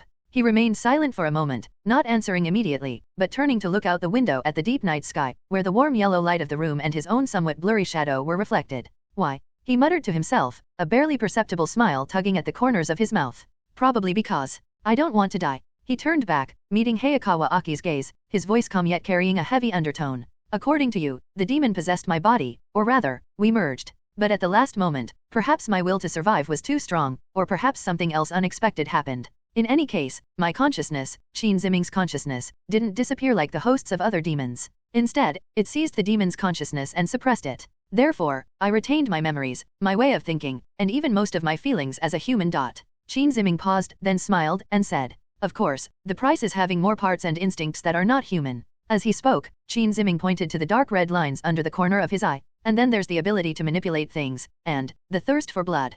Hayakawa Aki listened quietly, her face expressionless, but the sharpness in her eyes seemed to have softened slightly, replaced by a deeper contemplation. He picked up his glass, took a sip of water, and asked again, this time with a more direct question. Even in this state, even if everyone sees you as a demon and hunts you down, why do you still want to live? Qin Ziming was stunned. Why do I want to live? This question is both so simple and so complex. In the original world, there was family, friends, unfulfilled dreams, unseen landscapes, untasted delicacies. There were countless reasons to live. But here, in this world fraught with danger, where one has become a non-human being, why? He looked down at his outstretched palm, beneath which surged the power enhanced by absorbing demon blood, along with a latent bloodthirsty urge. He remained silent for a long time, so long that some of the soup in the pot evaporated from the surface, but Hayakawa Aki did not urge him. Living, of course, is just for the sake of living itself. Qin Ziming finally spoke, his voice not loud, but exceptionally clear. He looked up, his eyes filled with confusion and helplessness, but also with a glimmer of unusual determination. As long as my heart is still beating, I can still breathe, and I can still see the sun rise the next day. The future holds infinite possibilities, doesn't it? Although things seem terrible now, and I can't see the road ahead, once I'm dead, I really have nothing left. I still want to try, in this world, whether I can find a new meaning to living, whether I can change something a little, even if it's just making my life a little better. He was somewhat incoherent, but these were indeed his truest thoughts. It wasn't some lofty ideal, nor some deep-seated hatred, it was simply the most primal, tenacious will to survive, and that faint but persistent hope for possibility. Hayakawa Aki's grip on the cup tightened almost imperceptibly. He stared at Qin Ziming, and for the first time, a clear tremor, or even bewilderment, flashed across those usually calm and unwavering eyes. He opened his mouth, as if he wanted to say something, but didn't know how to say it. Is living just about living itself? So simple, and so straightforward. Hayakawa Aki's life has always been bound to the word revenge. Find the demon of guns, kill it, and avenge your family. This goal, like a torch in the darkness, guided him, yet also burned within him, constituting almost the entire weight of his existence. He rarely thought about what would happen after revenge, whether he could get revenge, or what he would live for if he didn't have this goal. Qin Ziming's words were like a pebble thrown into the unfathomable lake of his vengeful heart, stirring up tiny but undeniable ripples. Infinite possibilities. Hayakawa Aki repeated the sentence in a low voice, her tone unreadable, whether it was a question or a sigh. He didn't ask any further questions, but simply picked up his chopsticks and silently added the last handful of greens into the boiling pot. The atmosphere seemed to subtly change during the rest of the meal. Although the conversations were still few, Hayakawa Aki would occasionally respond to Qin Ziming's casual questions about whether a certain ingredient was delicious, and even when Qin Ziming was gasping for breath from the spiciness and frantically searching for water, she would slightly curve the corners of her mouth. Holy crap, these chilies are so spicy. Qin Ziming gulped down half a glass of ice water and stuck out his tongue as he spoke. He brought it on himself. Hayakawa Aki said calmly, but pushed the unopened bottle of mineral water next to her over. Time passed slowly, the hot pot gradually emptied, and all the ingredients were gone. That's really great. Qin Ziming leaned back in his chair with satisfaction, patting his slightly bulging belly. Hayakawa Aki got up and began to tidy up the mess on the table. Together, they packed up the disposable tableware, wiped the table clean, and took the pots and stove to the kitchen for a quick wash. By the time everything was settled, it was already quite late. Thank you for your hospitality today. Hayakawa Aki stood at the door and spoke to Qin Ziming. This was probably the closest he came to being polite all night. Thank you for your help, and, I'm happy to come over. Qin Ziming scratched his head and said softly, from now on, we'll be neighbors and colleagues. Please take care of me, Hayakawa-senpai. Hayakawa Aki. Get some rest. Tomorrow's a day off, no tasks, but don't cause trouble. I'm right next door. Okay. The door closed gently, separating the two spaces once again. I'm sorry, Hayakawa Aki-senpai. Seeing Hayakawa Aki's figure disappear, Qin Ziming felt somewhat ashamed, his heart filled with mixed emotions. What he said was half true and half false, but it was also deliberately leading the conversation. Qin Ziming silently returned to his room. He lay on the still somewhat unfamiliar bed, his thoughts still jumbled, but compared to the previous night, he seemed to feel less empty and bewildered. Go to sleep. The next morning, the weather was sunny. Sunlight streamed unhindered through the window without curtains, brightly filling the entire room and illuminating the bare walls and floor, making even the dust motes floating in the air clearly visible. Qin Ziming yawned deeply, rubbed his eyes with the back of his hand, and then slowly sat up. He looked around. Apart from the bed, a bedside table, a chair, and a simple wardrobe, there was nothing else in the room. The sense of security I felt last night from exhaustion has been silently diminished in this overly bright morning light. No, this doesn't look like a place for a human to live. He muttered something to the empty room, a hint of helplessness in his voice. He touched the banknotes in the bedside table drawer, and the remaining amount made his heart ache. But then I thought, I'll probably be staying here for a long time, so this investment doesn't seem worth the effort. Forget it, we still have to spend the money we need to spend. Qin Ziming said something as if to encourage himself, then nimbly got out of bed, stuffed the money into his pocket, and went out again. The target this time was clear, the nearby department stores and home furnishing stores. The department store was bustling with people, and the goods were dazzling. Qin Ziming first browsed through the textile section, touching the different textures of curtain fabrics with his fingers. A middle-aged female shop assistant greeted us warmly. Guest, are you choosing curtains? What kind would you like? Yes, something with good blackout features, but don't make the room too dark. Qin Ziming spoke carefully. How about this one? It's dark blue, with a velvety texture, and it blocks about 80% of the light. The color is also very pleasing to the eye. The shop assistant recommended it. Qin Ziming pulled back the fabric to examine it, then held it up to the light and gestured. Isn't the color too dark? A more understated style is easier to match, and look at the quality. The salesperson skillfully unfolded the fabric. It hangs up nicely and makes the room look tidy. Okay, this one will do. Qin Ziming nodded, having made up his mind. Then he went to the home furnishings section and picked out a beige short pile rug, the perfect size to place next to the bed. This way, your feet won't be cold when you step on them in the morning. He muttered to himself, rolling up the carpet and tucking it under his arm. As he passed by the lighting section, he was drawn to a simple white table lamp. Although he didn't know what it was for, he thought that the room would be too lonely with only the ceiling light on at night, so he put it in the shopping basket anyway. Just consider it adding some atmosphere. Qin Ziming explained to himself, I also bought a clock to tell the time. He stopped again in front of the decorative items shelf. He chose two printed pictures with simple frames, one of Mount Fuji covered in snow, and the other of cherry blossoms in spring. That's really nice, let's hang it in the living room. Qin Ziming nodded with some satisfaction. When purchasing tableware, he carefully selected a set of pure white porcelain bowls and plates and a pair of wooden chopsticks. Now this feels like eating, haha. Touching the familiar feel, Qin Ziming smiled. He also bought 2 soft cushions, a simple 3-tiered bookshelf that he had to assemble himself, several plastic storage boxes, and a 3-piece toothbrush set. With each item he took, he mentally calculated its price to ensure he didn't overspend. After selecting everything, as he stood at the cashier paying, watching the bills being handed out one by one, he couldn't help but sigh softly again. Money really doesn't last long. By the time I had carried all the bags and packages, including that flat bookshelf box that I had to half carry, back to the apartment, it was almost noon. Qin Ziming didn't even have time to eat. After taking a sip of water, he began his busy renovation project. He started by hanging the curtains, clumsily installing the track and hooks by standing on a chair and following the instructions. He worked up a sweat before finally hanging the dark blue curtains. The moment the curtains were drawn, the intense sunlight in the room instantly became soft and warm, changing the overall tone of the space.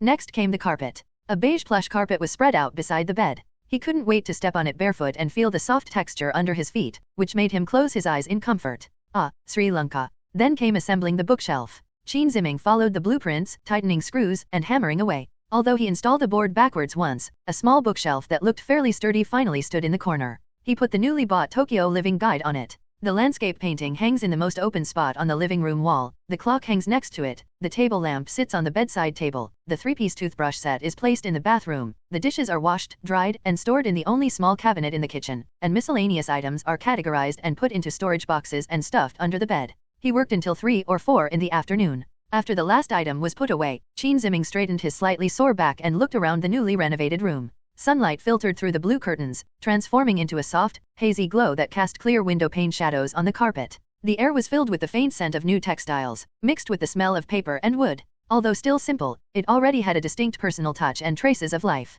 Now this feels like a home. Qin Ziming was overjoyed and in a great mood, even humming an unknown and severely off-key tune. Bang, bang. Just then, 2 clear and restrained knocks sounded on the door. Qin Ziming was somewhat surprised. Who would look for me at this time? He walked over and opened the door, only to see Hayakawa Aki standing outside. Hayakawa Aki was still wearing simple gray loungewear, holding a flat, square box about the size of a book, simply wrapped in dark-colored paper. Hayakawa-senpai. Qin Ziming was somewhat surprised. Is there something you need? Hayakawa Aki's gaze swept calmly over him, lingering for a moment on his still sweaty forehead, before she handed him the box, saying in a flat tone, "This is for you, a housewarming gift." Qin Ziming was somewhat stunned. He had not expected Hayakawa Aki to make such a move. He instinctively took the box. It wasn't heavy and was neatly packaged. "This, you're too kind, Hayakawa-senpai." Qin Ziming was somewhat at a loss. "You don't need to spend any money. This can hardly be considered a real housewarming. It's not anything valuable." Hayakawa Aki interrupted him, her tone revealing no emotion. His gaze swept past Qin Ziming, taking in the room and noticing the distinctly different furnishings, new curtains, a carpet, paintings on the walls, and bookshelves. "Looks like you've had a busy day." "Ah, yes." Qin Ziming stepped aside, showing the view inside and outside, a slightly embarrassed smile on his face. "It finally looks like someone's living here. Would you like to come in and sit for a while? I just finished tidying up." Hayakawa Aki shook her head. "No, you can continue tidying up." He paused, seemingly thinking for a moment, then added, "We'll look at the gift later." After saying that, he didn't say anything more. He nodded slightly to Qin Ziming, then turned and walked back to room 303 next door, closing the door behind him. Qin Ziming returned to the house with the box, still slightly warm from Hayakawa Aki's palm, his heart filled with curiosity and a genuine sense of warmth. He carefully unwrapped the package. Inside were 2 brand new books, a thick demon encyclopedia, new edition, and a slightly thinner analysis of common demon abilities and countermeasures. He picked up the Devil's Compendium, which felt heavy. Opening the hardcover, on the title page, a line of small print is written in meticulous, slightly sharp penmanship. "As a demon hunter, the most important thing is the ability to identify demons." It was unsigned, but Qin Ziming recognized it at a glance as written by Hayakawa Aki. He couldn't help but laugh, then shook his head. The warmth in his heart spread slowly, like ink drops in clear water. "Haha, this gift, it really is very Hayakawa Aki style. Practical, direct, without any unnecessary sentimental embellishments, yet it hits the nail on the head regarding his most practical needs." He placed the 2 books side by side on the most convenient shelf of his newly bought small bookshelf. Outside the window, the setting sun was slowly sinking, and the golden afterglow edged the brand new blue curtains with a shimmering light, also bathing everything in the house in a warm hue. Qin Ziming stood there quietly for a while. For the first time, he felt that in this perilous and completely unfamiliar world, he had finally found a corner where he could temporarily find refuge and even unexpectedly experience a touch of human warmth. "Oh no, this is terrible." He suddenly slapped his forehead, remembering something he had completely forgotten. "I was so busy buying all this that I completely forgot to buy a change of clothes and shoes." Meanwhile, in room 303 next door, Hayakawa Aki had already returned to her room, which was so tidy it was almost rigid, with no unnecessary decorations. He stood on the balcony, watching the street lights gradually illuminate the street below. His face showed no particular expression, but his fingers unconsciously tapped lightly on the cold railing. He himself didn't know the reason for giving the books. Perhaps it's just that the newlyweds, who seem to be struggling to survive and are even clumsily but earnestly decorating their home, really need these most basic things. Because there are no clothing stores nearby, and it's already past closing time, Qin Ziming could only go downstairs to the nearby convenience store to see if there was anything else he needed. The convenience store's 24-hour sign glowed with a warm orange light as the night deepened. As he pushed open the door, a crisp notification sound rang out, and the clerk, who was tidying the shelves, said without looking up, "Welcome." Qin Ziming first found slippers in the daily necessities section, priced at 580 yen. He held it in his hand and squeezed it, then glanced at the price tag. "I'll just wear this for now, and buy something nicer later." Qin Ziming sighed softly and put it in the shopping basket. Moving to the food section, the shelves were densely packed with instant noodles, a dazzling array. He bent over, carefully examining the words on the packaging. Pork bone broth, miso, salt flavor. He muttered to himself, and finally chose a tonkotsu ramen with a picture of a rich broth on the cover, and also grabbed a box of cheap instant rice balls. "I must eat something proper tomorrow," Qin Ziming thought to himself.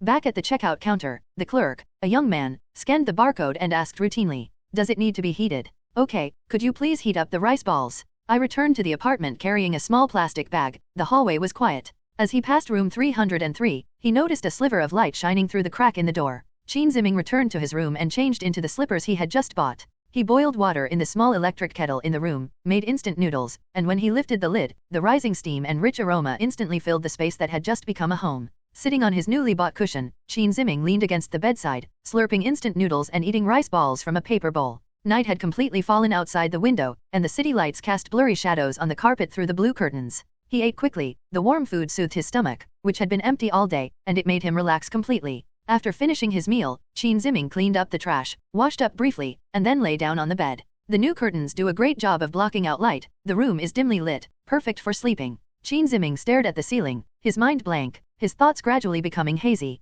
The next morning, bang, bang. A knock on the door woke Qin Ziming from his sleep. He groggily opened his eyes. "They're here," he responded, then hurriedly got up, put on his clothes, and went to open the door. Outside the door, Hayakawa Aki was already dressed and ready. He was still wearing that black police uniform, with that knife slung across his back. His expression was calm, revealing no emotion. "Good morning, Hayakawa-senpai." Qin Ziming was still not fully awake. "Morning."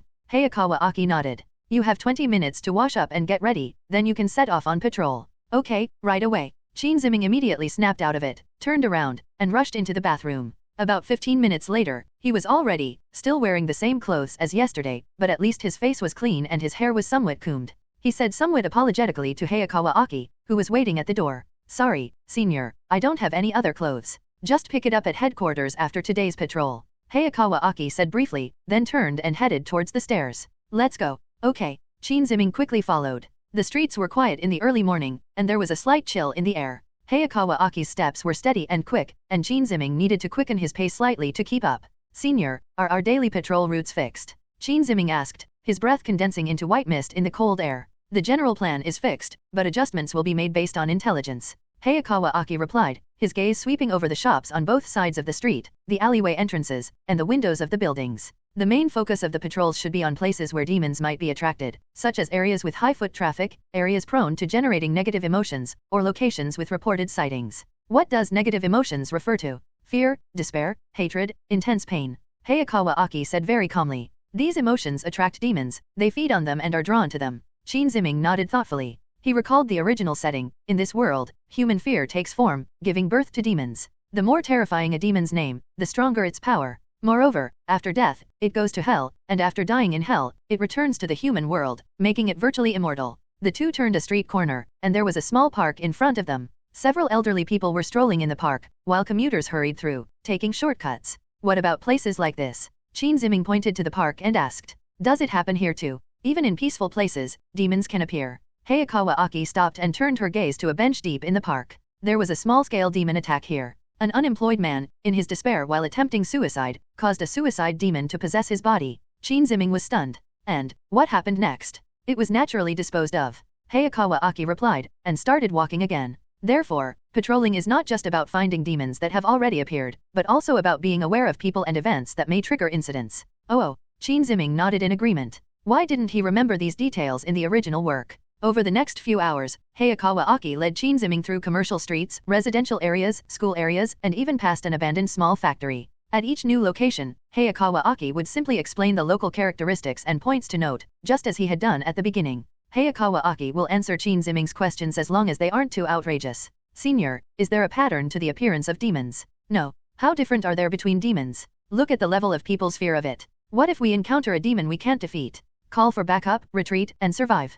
And so, patrolling until about 12:30 p.m., when Hayakawa Aki stopped in front of a restaurant that looked clean and tidy. Let's take a break and have lunch here. Okay, sure. Shinziming looked at the restaurant and nodded hurriedly. He hadn't eaten anything that morning and was starving. A noren, traditional Japanese curtain, hangs on the restaurant's facade, and the wind chimes tinkle crisply when the wooden door is pushed open. The room wasn't very big, with about 10 tables, and about half of the guests were already seated. The proprietress was a kind woman in her 40s who greeted Hayakawa Aki with a smile. Mr. Hayakawa, oh, did you bring a newcomer today? Yes, that's right. Hayakawa Aki nodded and walked to the window seat with practiced ease. Shinziming sat down and curiously looked around the shop. A wooden menu board hangs on the wall, with the names and prices of various dishes written in calligraphy. Oyakudon, chicken and egg rice bowl, pork cutlet rice, curry rice, udon noodles, set meals. The dazzling array of choices made him a little overwhelmed. The proprietress handed over a damp towel and tea, and then brought over 2 paper menus, saying gently, "We have a special ginger braised pork set meal today, Mr. Hayakawa. Would you like to try it?" Hayakawa Aki took the menu and looked at Shinziming. "What would you like to eat?" Shinziming stared at the menu, somewhat perplexed. To be honest, he really didn't know what was so good about Japanese food. The food here is pretty good. Hayakawa Aki seemed to have noticed Shinziming's predicament. Shinziming looked at it carefully for a while, and finally pointed to the menu and said, "Then I'll have this curry pork cutlet rice, and this miso soup set meal. Can you eat this much?" Hayakawa Aki raised an eyebrow. "I'm really hungry." Shinziming honestly admitted it. Hayakawa Aki looked at him speechlessly, then turned to the proprietress and said, "A set meal of braised pork with ginger, a curry pork chop rice, a miso soup set meal, plus." He paused, then said, "A serving of almond tofu." "Okay, the almond tofu, the usual, will be served after the meal, right?" The proprietress smiled and made a note of it. "Yes, thank you." After the proprietress left, Shinziming couldn't help but ask, "Does the senior really like almond tofu?" Hayakawa Aki was drying her hands with a towel when she paused for a moment. "I guess so. What does it taste like?" "I've never tried it before." This is true, he probably never even tasted it in his past life. "It tastes like almonds." Hayakawa Aki's answer caused Shinziming's eye to twitch slightly. All right. The food was served quickly. Shinziming's curry pork chop rice was served on a large plate, with a golden and crispy pork chop on top of the rice, accompanied by a thick curry sauce, a small bowl of miso soup, and several side dishes. The aroma was so enticing that his stomach growled again. "I'm starting to eat." Hayakawa Aki clasped her hands together, spoke softly, and then picked up her chopsticks. "Let's dig in." Shinziming copied the same action, and then eagerly scooped up a large spoonful of curry rice and put it in his mouth. The warm curry had a slightly spicy aroma, the pork chop was crispy on the outside and tender on the inside, and the rice was perfectly cooked. Perhaps because he was extremely hungry, he felt this was the best meal he had ever eaten. "Eat slowly." Hayakawa Aki's voice came from across the street. Shinziming raised his head, his mouth still stuffed with food, and mumbled, "I'm so hungry, and it tastes so good." Hayakawa Aki didn't say anything more, just quietly ate her ginger braised pork, a stark contrast to Shinziming's ravenous eating. Halfway through the meal, Hayakawa Aki suddenly used the serving chopsticks to take a piece of braised pork with ginger from her plate and put it on Shinziming's plate. Shinziming froze, even stopping his chewing motion. "Seeing you so hungry, I can't help but feel uncomfortable." Hayakawa Aki didn't look at him, continuing to eat her meal, her tone carrying a barely perceptible awkwardness. "Eat more protein, you have patrol duties this afternoon." Shinziming blinked, then smiled. "Hee, thank you, senior." Shinziming's smile was very sincere. Hayakawa Aki glanced up, then quickly lowered her gaze, simply responding with a soft "hmm." Shinziming ate the pork that Hayakawa Aki had given him. It was perfectly balanced between salty and sweet, and the meat was tender and delicious. After the meal, the proprietress brought over almond tofu. The white, tofu-like dessert was served in a small porcelain bowl, drizzled with amber syrup, and sprinkled with a few goji berries as a garnish. Hayakawa Aki scooped up a piece with a small spoon and put it in her mouth. Shinziming looked at him and suddenly remembered that in the original work, Hayakawa Aki really liked almond tofu. In fact, it was one of the few things that could make him show such emotion as liking it. "Why does the senior like this?" Shinziming couldn't help but ask again. Hayakawa Aki put down her spoon, looked at the remaining almond tofu in the bowl, and remained silent for a few seconds before saying, "There's no particular reason, it's just a habit." He didn't say much, but Shinziming caught something in his brief change of expression, a faint, hidden longing. Hayakawa Aki continued eating her almond tofu, occasionally glancing across the table. Qin Ziming was drinking the last few drops of miso soup, letting out a satisfied sigh, his face showing a blissful expression of having eaten his fill. Since the passing of his family, Hayakawa Aki has not had a meal like this with anyone other than Himeno-senpai for a long time. His colleagues at the Public Security Bureau occasionally have meals together, but that's more like a work-related activity. Such a simple, everyday meal, almost home-cooked, is a very distant memory for him. He looked at Qin Ziming, this newcomer who had suddenly barged into his life, clumsy and inexperienced, but trying hard to survive in this cruel world, even clumsily trying to establish a trace of life. She might oversleep in the morning, wolf down her food when hungry, be happy to receive a book, and ask a lot of basic questions. For a fleeting moment, a strange feeling welled up in Hayakawa Akira's heart. It felt like a long time ago, when he and his younger brother ate together, fighting over food, talking, and laughing. While they may not be exactly the same, the subtle, warm, and slightly helpless sense of responsibility is surprisingly similar. He lowered his eyes, put the last bite of almond tofu into his mouth, and the sweet and slightly bitter taste melted on his tongue, familiar yet strange. Senior. Qin Ziming's voice brought Hayakawa Aki back to her senses. Let's go after we finish eating. Hayakawa Aki put down her spoon and wiped her mouth. There are still 2 areas to patrol this afternoon. Okay. Qin Ziming nodded quickly. When it came time to pay the bill, Hayakawa Aki paid for both of them. Qin Ziming wanted to say something, but Hayakawa Aki had already pushed the door open and left. Stepping out of the restaurant, the afternoon sun was a bit too bright, and Qin Ziming was still a little unaccustomed to it. Next, let's check out the commercial street to the south.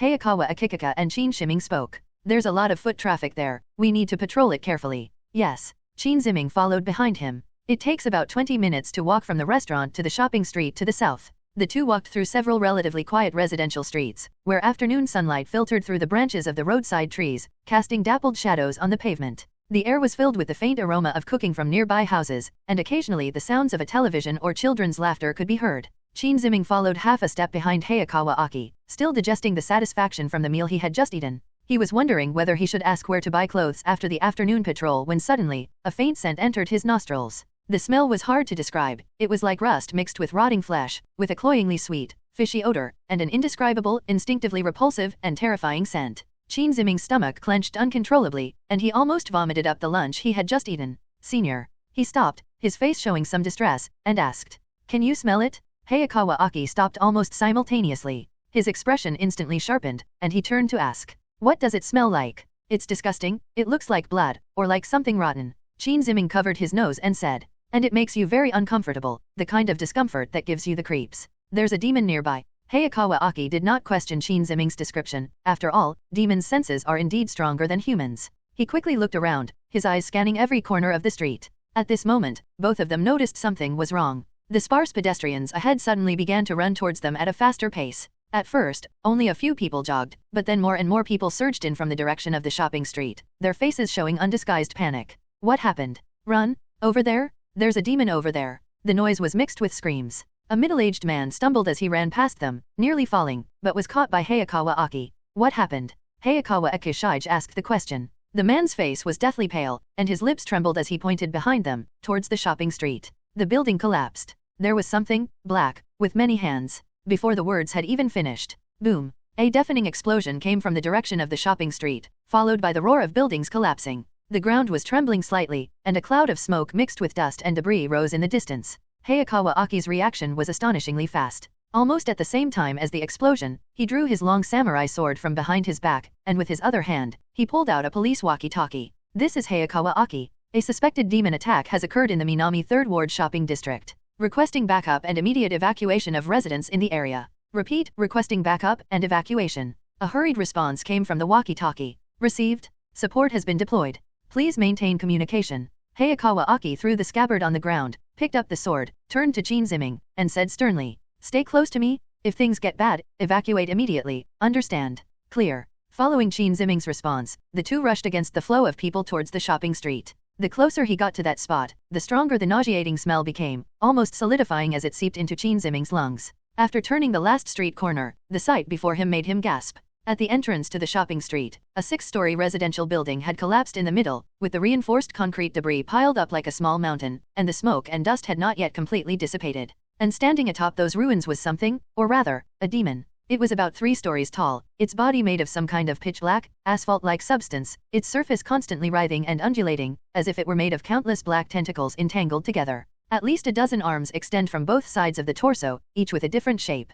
Some resemble human arms but end in sharp bony blades, some look like twisted tree trunks covered in knots, and some are simply large, black tentacles. What's most unsettling is its head. It wasn't a formed head, but a constantly shifting mass of black matter with a scarlet slit splitting open in the center, resembling a mouth or a giant eye. At that moment, the crack was directly facing them, emitting a low, guttural sound, as if countless people were groaning simultaneously. Humans, fear, he, delicious. Swamp Demon.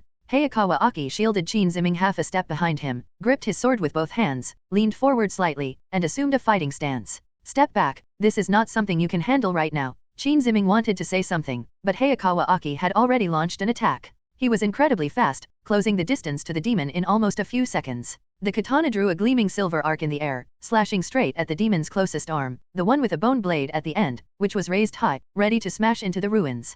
Pfft! The blade sank deep into the black substance. Hayakawa Aki twisted his wrist and pulled sharply horizontally, severing the arm in two. Black slime gushed out, making a sizzling, corrosive sound as it hit the ground. The demon let out a piercing scream, and the severed arm began to writhe and regenerate. At the same time, 3 other arms attacked Hayakawa Aki from different directions, one striking him on the head, while the other 2 attacked from the left and right. Instead of retreating, Hayakawa Aki advanced, crouching down and sliding under the descending arm. He then flicked his blade upwards, severing the end of another arm on the side. His movements were clean and efficient, every dodge and attack was so precise it seemed calculated. But the demon had too many arms. Just as Hayakawa Akira severed the end of his third arm, a tentacle that had been lurking in the shadows of the ruins suddenly sprang up and lashed out at his waist from behind. Although Hayakawa Aki managed to turn to the side in time, her left arm was still grazed, and her uniform sleeve tore instantly, leaving her skin ripped open. Senior! Qin Ziming exclaimed in surprise. Ignoring her wounds, Hayakawa Aki used the force of the tentacle's lash to leap backward, raising her left hand with her thumb and middle finger already clasped together, ready to summon the fox demon. But the swamp demon seemed to sense the danger. The severed arm, which was regenerating, suddenly stretched and deformed at an incredible speed. The end was no longer a bone blade, but a huge hand with 5 fingers spread out, and a mouthful of sharp teeth split open in the center of the palm. Contracts, I hate them. His palm slammed down, smashing into the ground in front of him. The ground exploded instantly, sending rubble and dust flying everywhere. The shockwave sent Hayakawa Aki flying, crashing heavily into the roller shutter of a shop across the street. He coughed up blood, his katana flew out of his hand, and his left hand gesture was also interrupted. Senior, how are you? Qin Ziming was genuinely panicked this time. He saw Hayakawa Aki try to get up, but his body swayed and he fell to his knees again. It seemed that the impact might have injured his internal organs. The demon raised all 4 arms simultaneously, slamming them down at Hayakawa Aki from different angles. If someone were hit, they would be torn to pieces. Qin Ziming's mind was in complete chaos, but he forced himself to calm down. He quickly reached out and aimed at Hayakawa Aki. Get moving, get moving, get moving. Qin Ziming gritted his teeth, the dark red lines under his eyes began to heat up, and some kind of power surged from the depths of his body. Hayakawa Aki's body suddenly blurred from its original spot, and the next moment it appeared behind a trash can a few meters away from Qin Ziming. The distance wasn't far, but it was just enough to avoid the combined attack of 4 arms. Boom! Where the arm struck, a large crater was created in the asphalt road, and gravel flew everywhere. Hayakawa Aki collapsed beside the trash can, struggling to lift his head to look at Qin Ziming. A flicker of surprise crossed his eyes, but it was quickly replaced by anxiety. He shouted, "Idiot, run!" But before he could finish speaking, the demon's attack had already turned on Qin Ziming. The arm with a mouth in its palm reached out, its 5 fingers spread wide, moving so fast that Qin Ziming had no time to react. He felt a sudden tightening around his waist, and he was grabbed and lifted up in front of the demon's face. Such a weak human, yet possesses strange power, a contract. The demon's voice echoed in his mind, filled with curiosity and greed. Its 5 fingers began to tighten. A sharp pain shot through my lower back instantly. Qin Ziming heard his bones creak under the strain, his lungs were being compressed, he couldn't breathe, and he lost feeling in his lower body. His vision began to blur, but he saw below him. Hayakawa Aki was struggling to get up, clutching a short knife she had somehow produced, but it was too far away. Am I going to die? To die in this absurd world, to die at the hands of this demon? Are you kidding me? Qin Ziming bit his tongue hard, his eyes hardening, his amber pupils growing brighter. He roared fiercely. I'm already here, I've eaten, I've furnished the house, I've put away the books. How could I possibly die here? I still have so many things to do. Qin Ziming's eyes began to turn bloodshot. He stared at the black hand that had grabbed him, at the opening and closing mouth in the palm, at the flesh and blood of the hand, and then he opened his mouth and bit down hard. Pfft! The teeth pierced through the black, rubbery skin, and a foul-smelling, viscous liquid flooded my mouth. Roar! The demon let out a sharp howl of pain, and its grip on its fingers loosened for a moment. In that instant, his whole body began to itch and feel hot. Flesh and blood wriggle and regenerate at a speed visible to the naked eye, bones are reassembled, and the body is restored to its original state. The whole process was incredibly fast. A demon, you're a demon. For the first time, surprise appeared in the demon's voice. It wanted to crush Qin Ziming to death, but its 5 fingers failed to tighten further. What happened? The swamp demon asked in alarm, then looked at Qin Ziming. At this moment, blood began to flow from Qin Ziming's 7 orifices, his eyes, nose, ears, and mouth, with bright red blood trickling down his cheeks. But he was still laughing, a crazy and ferocious grin spreading across his face. The dark red lines under his eyes were now as bright as red-hot irons, undulating and pulsating beneath his skin. He saw it, clearly saw the arm that was gripping him, saw its structure, saw the flow of power, saw the tiny connections between those black substances. Then he reached out and, using his manipulation abilities, grabbed the arm. To be precise, it wasn't that we seized it, we took it away. This time, it was Qin Ziming who was roaring. His brain felt like it was being pierced by countless needles at once, every cell was screaming. Controlling a barrel, a knife, or even a person is completely different from controlling a demon's arm, given his current abilities. The latter is like trying to pull a ship with a single thread. The thread will either break first, or the person pulling the thread will collapse first. But he didn't break down. His demonic physique sustained him, his demonic blood replenished him, and his will to not die drove him forward. The black arm with a mouth in its palm suddenly froze. The next second, it suddenly twisted, no longer facing Qin Ziming, but turning towards the demon's own body. The swamp demon seemed to realize something, and its other arms rushed forward frantically to stop it, but it was too late. Pfft! The sharp teeth of the hand pierced deeply into the demon's own chest. Black slime gushed out, the demon let out a deafening wail, and its entire body began to tremble violently. Now, Hayakawa Aki finally stood up. His face was pale, and there was still blood at the corner of his mouth, but his right hand was already steadily raised, his thumb and middle finger hooked together to form a fox head gesture, and he aimed it at the swamp demon. His voice was frighteningly calm, as if he hadn't been the one who had almost died just moments before. Knock. The air seemed to freeze at that moment. Then, above the demon's head, space tore open a huge, irregular hole. Emerging from the cave was a huge fox head, with pointed ears, narrow eyes, and a mouthful of sharp, white teeth. The fox demon opened its mouth and snapped downwards. Click. The sound of teeth clenching is clean and crisp. The demon's upper body disappeared, bitten off entirely, and swallowed. His remaining lower body twitched a few times, then he lost his balance and collapsed to the ground. Blood and internal organs poured out from the cut. The fox demon turned its head towards Hayakawa Aki, its narrow eyes narrowing as if scrutinizing something, before slowly retracting into the spatial rift. The crack closed and disappeared, as if it had never existed. Silence fell upon them. Only the faint sound of sirens in the distance and the rustling of dust kicked up by the wind through the ruins could be heard. Qin Ziming fell from midair and crashed heavily to the ground. He had lost control of his body, blood was still flowing from his 7 orifices, and his vision had become blurred. But he felt someone run over and help him up. Hey, Qin Ziming? Can you hear me? Speak. Hayakawa Aki asked anxiously. Qin Ziming wanted to speak, but could only manage weak whispers. I'm fine. Shut up, stop talking. Didn't you tell me to say that? Qin Ziming wore a pained expression, silently rolling his eyes and making a sarcastic remark to himself. Hayakawa Aki examined his injuries with unusually gentle movements. Support is on its way, you'll be alright. Qin Ziming felt himself being picked up, Hayakawa Aki held him horizontally in her arms. The posture was somewhat comical, but he no longer had the strength to think about it. Before he completely lost consciousness, the last thing he saw was Hayakawa Aki looking down at him. His eyes held concern, shock, and a deep worry that Qin Ziming couldn't decipher. In a ward at the Tokyo Public Security Hospital. The private hospital room was softly lit, with the curtains half drawn, filtering the afternoon sunlight into a hazy, warm white. Qin Ziming lay on the hospital bed, several monitoring instruments connected to his body, the waveforms on the screens jumping regularly. His complexion was much better than it was 2 days ago when he was brought in, but he was still pale. The traces of blood from his 7 orifices had long been cleaned up, leaving only a faint dark color under his eyelids. Hayakawa Aki sat upright on the chair beside the bed, wearing a simple gray shirt with the cuffs rolled up to his elbows, revealing the bandage wrapped around his left arm. He held an apple in one hand and a knife in the other. The blade slowly rotated along the fruit peel, slicing out a continuous, paper-thin strip of apple skin. His movements were focused and meticulous. The apple peel was completely peeled and placed in the trash can.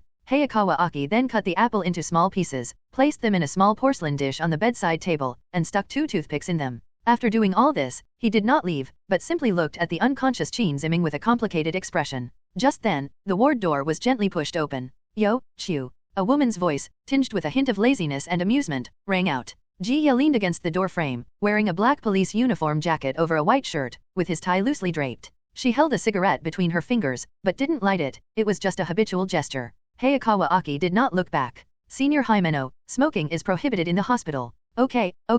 Haim walked in and closed the door behind her. She walked to the other side of the bed, bent down to take a closer look at Qin Ziming, then straightened up and said to Hayakawa Aki. The doctor said all his vital signs are stable, and he'll probably wake up today, but judging from his condition, She reached out and poked Qin Ziming's cheek, but Qin Ziming didn't react. It seems like it will take a little more time. Hayakawa Aki's gaze remained fixed on Qin Ziming's face. It's okay, I'll eat by myself if I don't wake up. Jia was taken aback at first, then burst out laughing, and the laughter grew louder and louder until she had to cover her mouth so as not to disturb the people in the other wards. Haha, Shu, when did you learn to tell corny jokes? She wiped away the tears that came out of her laughter. But seriously, you actually know how to peel an apple for someone? I've known you for so many years, and this is the first time I've ever seen that. Hayakawa Aki didn't respond to that question, but instead asked, what brings you here? Didn't you bring the two newcomers today? Well, I just finished, so I stopped by to take a look. Haim pulled up a chair, crossed her legs, and glanced at Hayakawa Aki's face. Suddenly, her smile faded, and her tone became serious.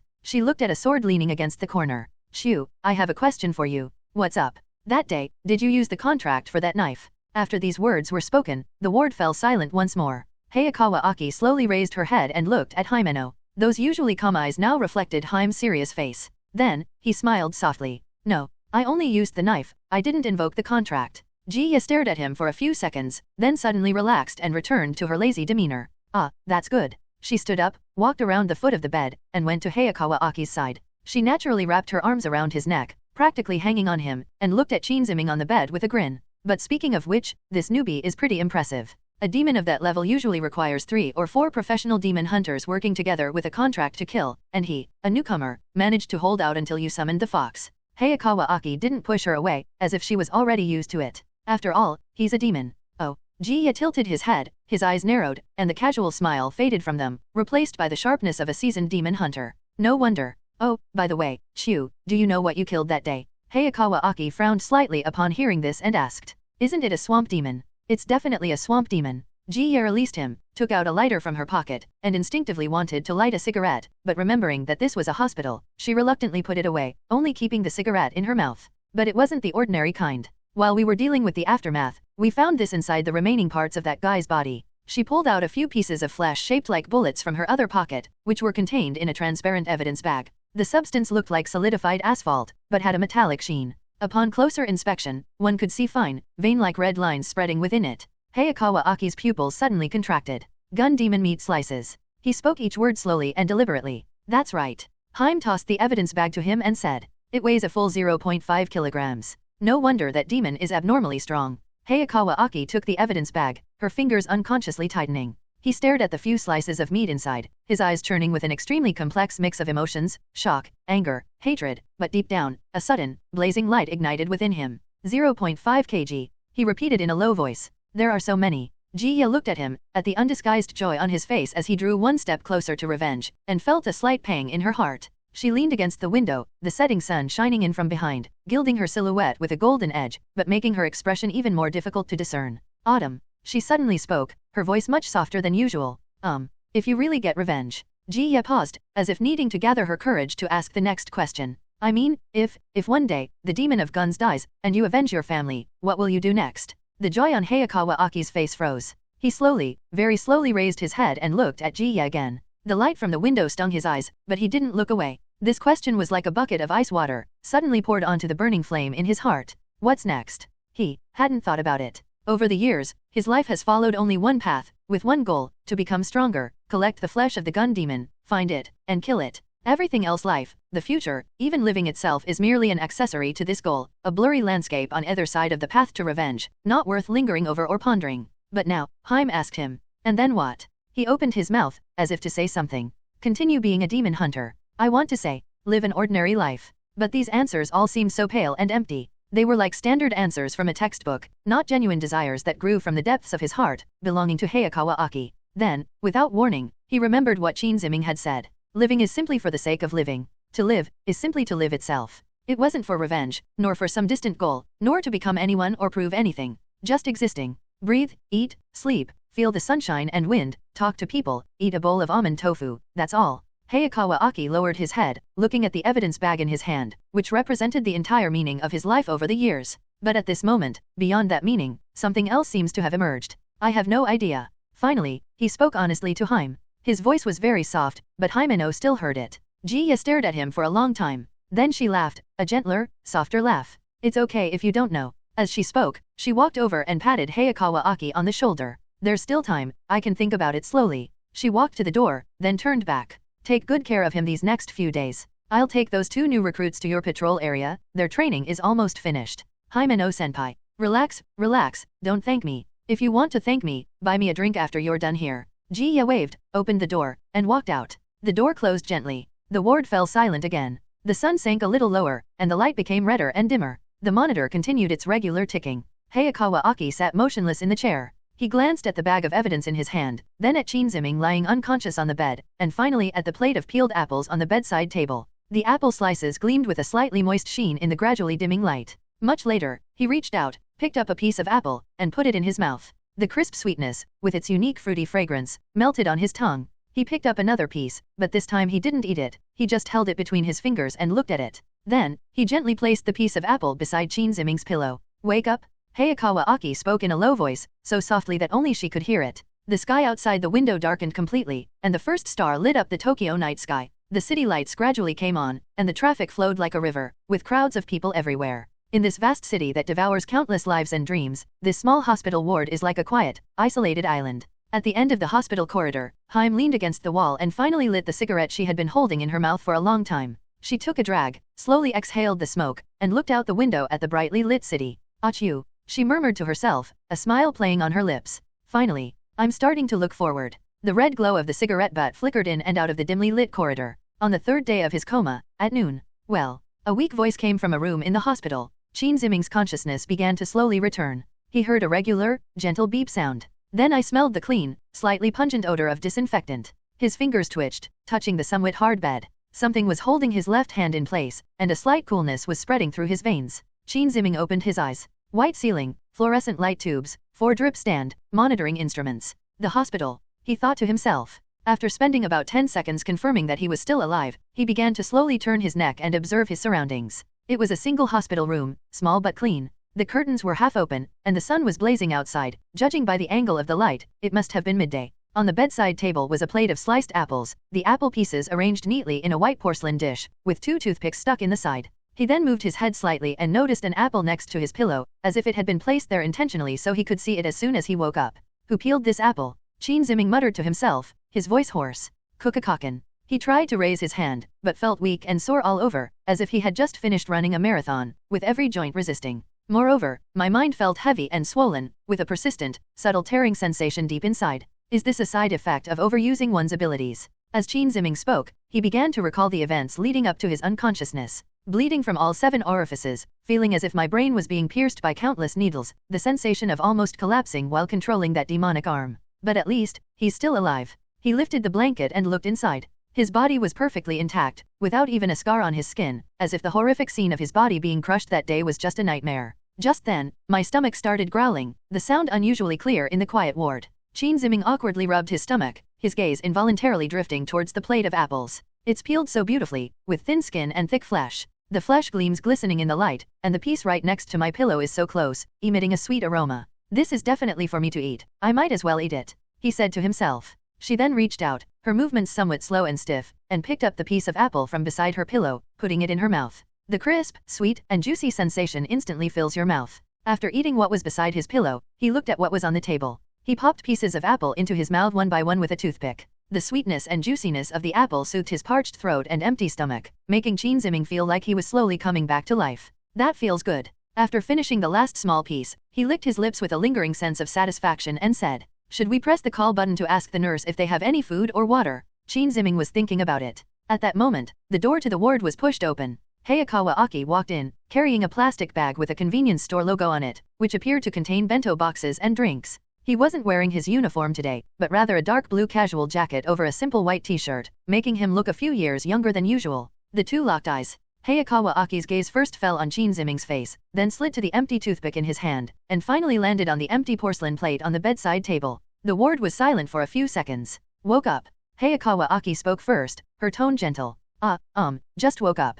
Qin Ziming put down the toothpick, a little embarrassed. "Senior, this apple. I peeled it." Hayakawa Aki placed the plastic bag on the bedside table and then took the empty plate and toothpicks with her. "Looks like you're hungry." "It is a bit." Qin Ziming honestly admitted it, then remembered something. "Senior, how long was I unconscious?" 3 days, or rather, 2.5 days. Hayakawa Aki took a bottle of mineral water out of the bag, unscrewed it, and handed it to him. Drink some water first. You lost a lot of blood. Although you've recovered, you still need to replenish your fluids. Thanks. Qin Ziming took the water and drank it in small sips. That was awesome. He shouted this in his heart. The sensation of the cool water flowing down his throat made him feel truly alive again. Hayakawa Aki pulled up a chair and sat down, watching him drink water. Only after Qin Ziming had almost finished did she speak. How are you feeling? Is there anything that's particularly uncomfortable? My head still aches and feels throbbing, but it feels a bit less now. Qin Ziming pointed to his temple and said, I don't have much energy, but otherwise, I seem okay. That's good. Hayakawa Aki seemed to breathe a sigh of relief as she softly uttered those words. What happened to that demon that day? Qin Ziming asked. Dead. The body has been disposed of. Hayakawa Aki paused, then added. This morning I went to the public security headquarters to submit this report, and while I was there, I handed over something else. Thing. Qin Ziming was somewhat puzzled. He couldn't recall anything usable inside the demon's body. Could it be? He suddenly thought of something, and his heart skipped a beat. Gun demon meat slices. Hayakawa Aki's voice lowered slightly. Inside that demon, we found a full 0.5 kilograms of gun demon flesh. Really? Qin Ziming's mind went blank. In the original work, the flesh fragments of the gun demon are scattered all over the world, either devoured by other demons or collected by the Public Security Bureau, and the demons become stronger by devouring the flesh fragments. But 0.5 kilograms, isn't that a bit too early for the original work? Could his appearance have caused the plot to deviate? A butterfly effect? What about the future? Will Hayakawa Aki's fate, Himeno's fate, Denji and Power's appearance, all be affected? If that's the case, then Qin Ziming's expression changed involuntarily, and his brows furrowed.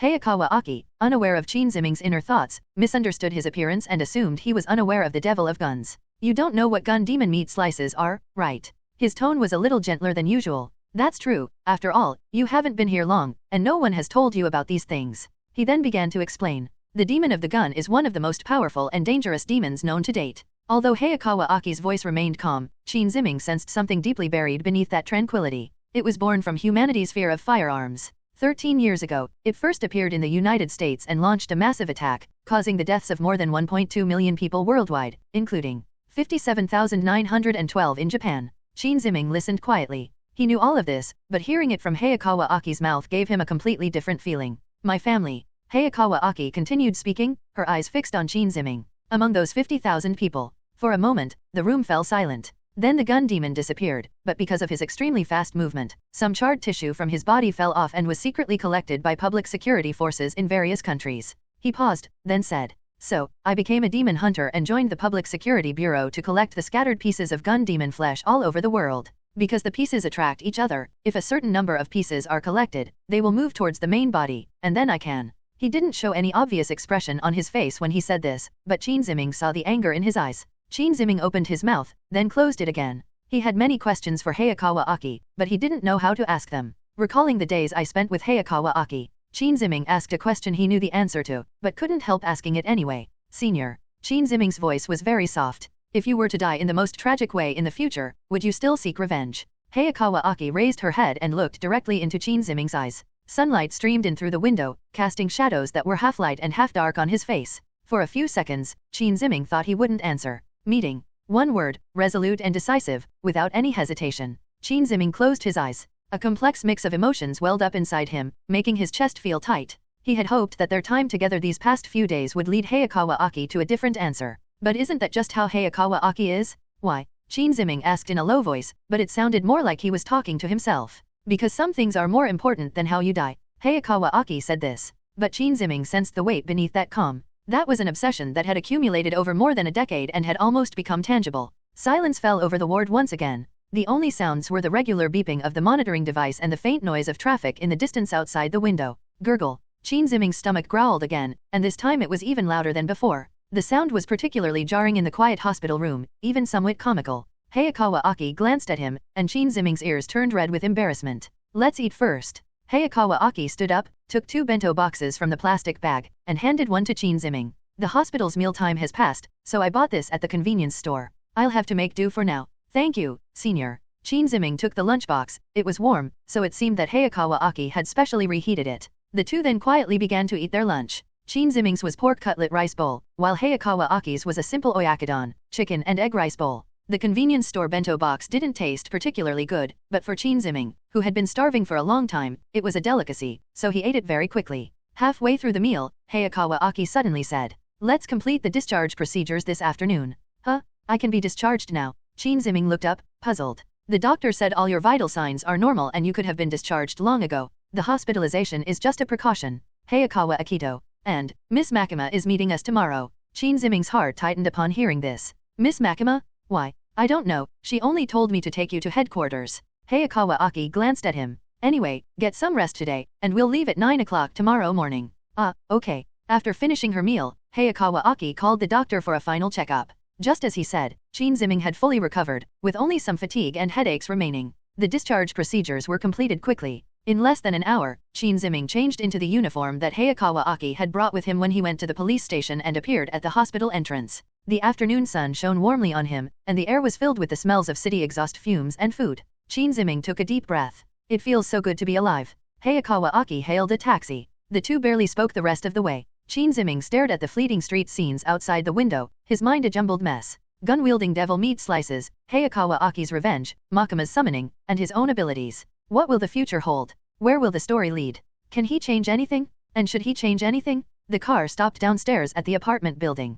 Hayakawa Aki paid the bill, and the two went upstairs one after the other. Back at the door of room 304, Hayakawa Aki stopped in her tracks. Don't go out today, get some rest. I'll bring you dinner tonight. Senior, no need to trouble yourself, I can manage on my own. This is an order.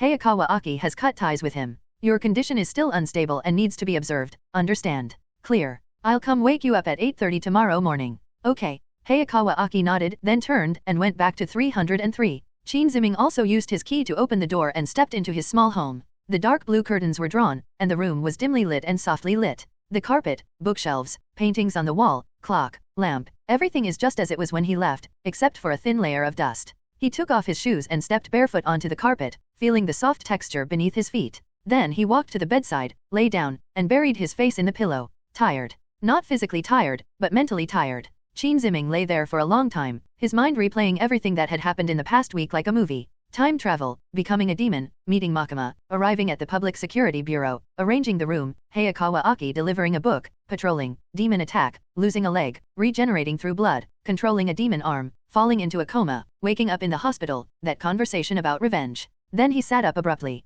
etc. He looked down at his uniform. Have I forgotten something important? Qin Ziming muttered to himself, his brows furrowing deeper and deeper. A few seconds later, he slapped his forehead. I haven't bought clothes or pants yet. The sound echoed in the empty room. He lay on the bed, staring at the ceiling, suddenly feeling a mix of wanting to laugh and wanting to cry. I still don't have a change of underwear. What's going on here? He rolled over, buried his face in the pillow, and chuckled softly. I was laughing, but tears inexplicably started flowing. It wasn't sadness, nor fear, it was just a complex, indescribable emotional outpouring. After crying for a while, he wiped his face, sat up, and took a deep breath. Never mind, the first thing I'll do after seeing Makima tomorrow is go shopping for clothes. Thinking this, Qin Ziming lay down again and closed his eyes. Outside the window, dusk quietly descended. Around 7 p.m., Qin Ziming woke up. I need to use the restroom first. With that, he got up and walked towards the restroom. After coming out, he didn't go back to his room to sleep, but instead went to the balcony. Outside the window, night had fallen in Tokyo. In the distance, red aviation warning lights atop skyscrapers flickered in the deepening twilight. Further away, neon lights in the commercial district began to flash, and ribbons of light from the traffic flowed like rivers along the streets. Nearby, warm yellow lights began to illuminate the windows of the residential buildings, and the shadowy figures moving inside could be vaguely seen. Some are cooking, some are watching TV, and some are sitting quietly. These are all ordinary yet precious nights belonging to ordinary people. Qin Ziming watched quietly for a long time. A gentle evening breeze was blowing. He raised his hand and, using the light from the room, carefully examined his palm. Her skin was still fair and tender, with visible bluish-purple veins. Her fingers were long and slender with distinct knuckles. Control. He muttered to himself, then raised his right hand, his 5 fingers slightly spread, and pointed at an empty soda can that had been discarded under a roadside tree on the side of the street below. Controlling it from the 3rd floor, the distance is about 10 meters. Qin Ziming concentrated. He felt the presence of the aluminum can, felt the coolness of its aluminum shell, felt the few drops of liquid remaining inside, and even felt the subtle vibrations as the night wind blew across its surface. Rise. Qin Ziming silently recited this in his mind. Then, the can downstairs trembled slightly and actually floated up slowly. Although it shook violently, it did leave the ground and hovered about 20 centimeters above the ground. Upon seeing this, Qin Ziming's pupils contracted slightly. He carefully manipulated the can, moving it left and right. His movements were clumsy and slow, but it did move obediently. He tried to raise it, and the can wobbled and rose to about the height of a floor. Then, snap. Qin Ziming's forehead was covered in a fine sweat. A sharp pain shot through his mind. The can went out of control and crashed back to the ground with a crisp sound on the quiet street. Ha ha. He leaned against the windowsill, panting heavily, but his eyes gleamed with excitement. I've gotten stronger. Although it's just a tiny bit of progress from only being able to manipulate small objects in the room to being able to barely affect light objects on the ground floor 10 meters away, it's still a real improvement. Moreover, the feeling when controlling it just now was different from before. Before, it was like clumsily pulling with a thin thread. Now it's like having an invisible hand. Although it's still not as flexible, it's definitely more powerful and clearer.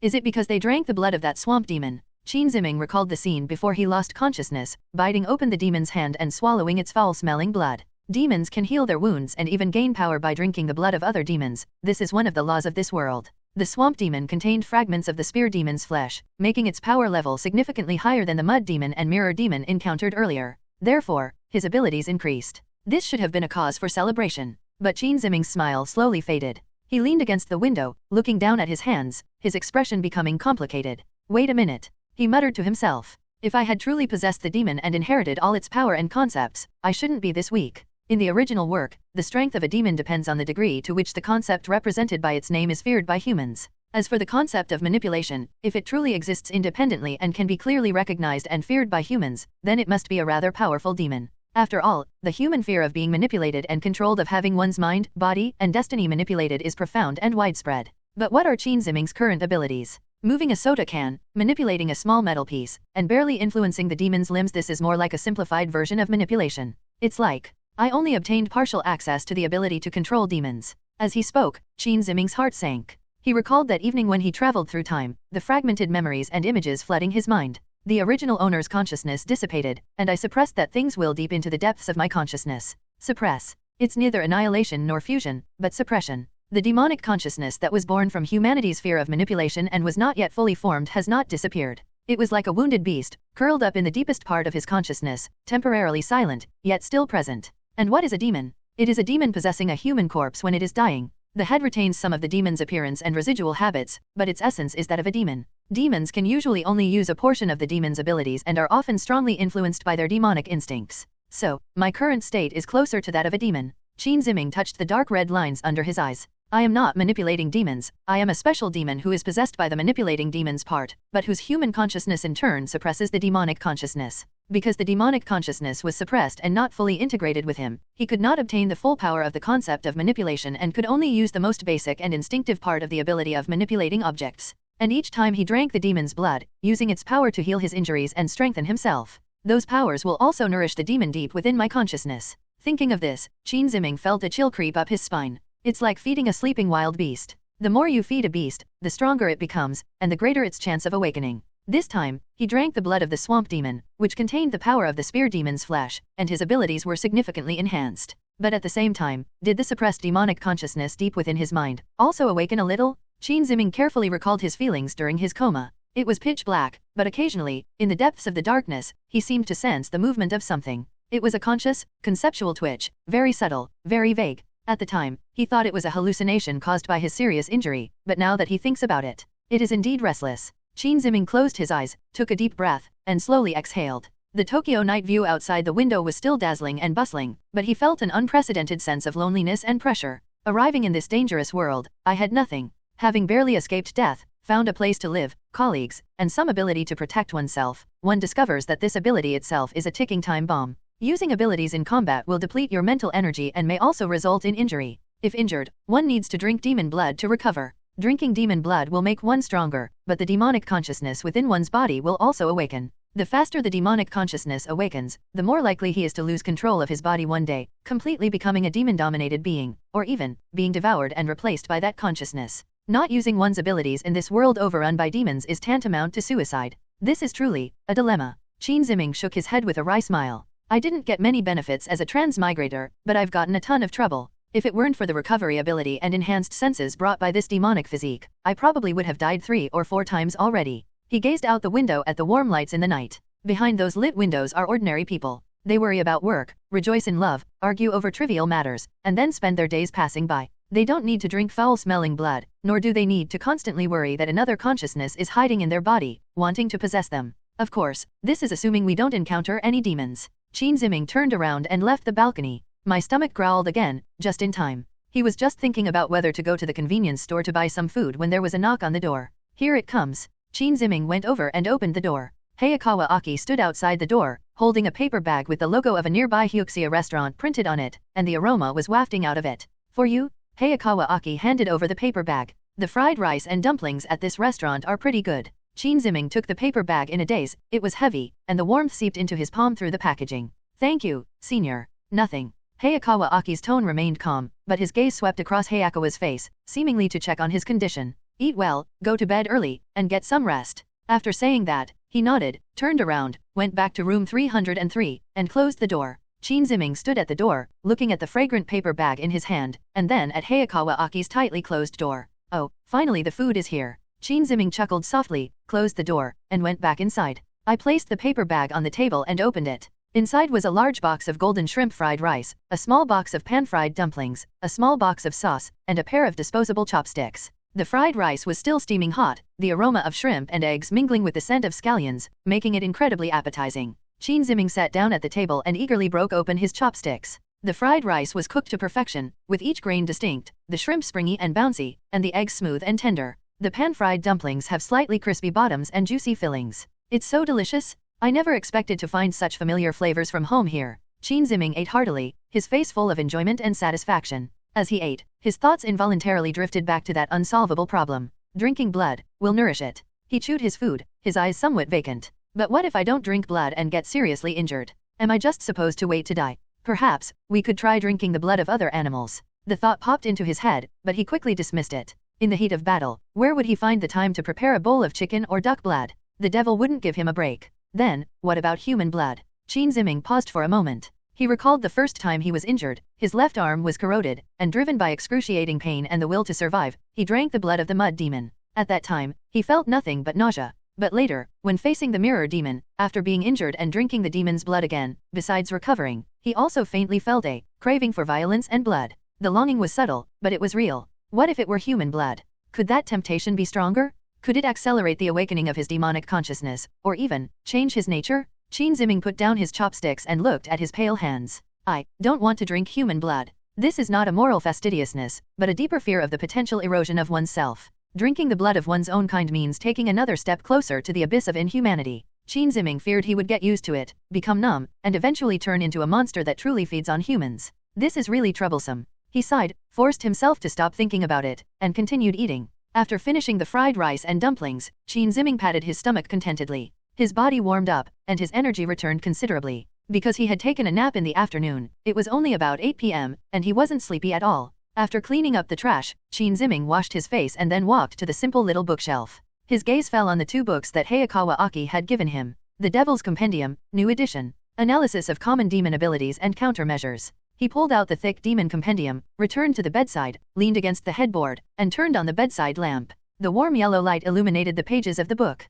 On the title page, Hayakawa Aki's bold handwriting once again came into view. As a demon hunter, the most important thing is the ability to identify demons. Chin Ziming gently stroked the line of text, then turned to the first page. The table of contents was arranged in order of the hieroglyphics of the demon names, but the first dozen or so pages were an overview, which he read carefully. Demons are born from humanity's fear of specific concepts. The more widespread and profound the fear, the more powerful the corresponding demon. The demon's name is its essence. Knowing its true name is the first step to understanding, confronting, and even forming a pact with it. When a demon is killed, its core concept returns to hell and is reshaped there. When the demon in hell is killed again, its concept returns to earth and is reborn. Therefore, demons are, in a sense, immortal. Chin Ziming knew all these basic settings, but reading them in the form of a textbook for this world still gave him a cold sense of reality. He continued flipping through the pages. The overview section also mentions demons and weapon men. Demon, a being formed when a demon possesses a human corpse while near death. It typically retains some demonic features and lingering habits in its head, but its mind and instincts have become demonized. Its abilities are weaker than the original demon, and its behavior is more akin to that of a wild beast or driven by obsession. Weaponized humans, special beings who make a pact with a weapon-like demon, making the demon a part of their body, usually the heart, thereby gaining the demon's weaponization abilities and powerful life force. Their consciousness is primarily human, but influenced by the contracted demon. Successful cases are extremely rare, and all are strictly controlled by the Public Security Bureau. Weapon Man. Denji and Reese are prime examples. Pokuda became Denji's heart, turning him into a chainsaw man. I'm different from all of them. Chin Ziming thought to himself as he read. I am not a contract, I am suppression. He skipped the overview and began flipping through the specific demon encyclopedia. The book describes hundreds of demons, accompanied by hand-drawn illustrations, some of which are quite abstract, but the characteristics are captured fairly accurately, along with brief descriptions. From the common tomato demon, garlic demon, and cilantro demon, to some less common or even bizarre ones like exam demon, loneliness demon, and latecomer demon, etc. Each demon is labeled with its common characteristics, main abilities, and known countermeasures. Qin Ziming watched with great interest. He also saw the entry for Fox Demon, accompanied by an image of a giant fox head emerging from a spatial rift. He then found the entry for Swamp Demon, which normally has only 4 or 5 arms. However, because that Swamp Demon ate the flesh of the Gun Demon, it became exceptionally powerful, and the number of its arms increased significantly. 0.5 kg. Qin Ziming recalled the number that Hayakawa Aki had mentioned. For Hayakawa Aki, it was not just a trophy, but also proof that he had taken another step closer to becoming the demon of the gun. He continued browsing and came across the entry for Gun Demon. The text consisted of only a few lines, accompanied by a blurry black shadow made up of countless twisted and pieced together gun parts. The Devil of Guns suddenly appeared around the world one day in 1984, causing the deaths of millions of people worldwide in just a few minutes, and then mysteriously disappeared, with its flesh fragments scattered all over the world. Its characteristics include extreme speed and destructive power, absolute control over modern weapons, and it is one of the most threatening demons to humanity known to date. Response strategy: none. It is recommended to leave immediately upon encountering the situation and escape with all efforts. None. Qin Ziming silently repeated the word. Simple, yet it conveys absolute despair. He closed the book, leaned against the headboard, and the warm glow of the lamp cast a gentle halo on the book cover, but it couldn't dispel the heaviness in his heart. He learned more about the world, but he also saw the thorns ahead more clearly. Hidden dangers within the body, insufficient strength, the perils of this world, and those inevitable tragedies. What can I change? He looked at his hands and asked in a low voice. No one answered. Tokyo outside the window was still brightly lit, the night deep in the night. Qin Ziming put the Devil's Illustrated Guide back on the bookshelf and turned off the desk lamp. The room was plunged into darkness, with only the faint light of the city outside filtering through the blue curtains and casting blurry window pane shadows on the carpet.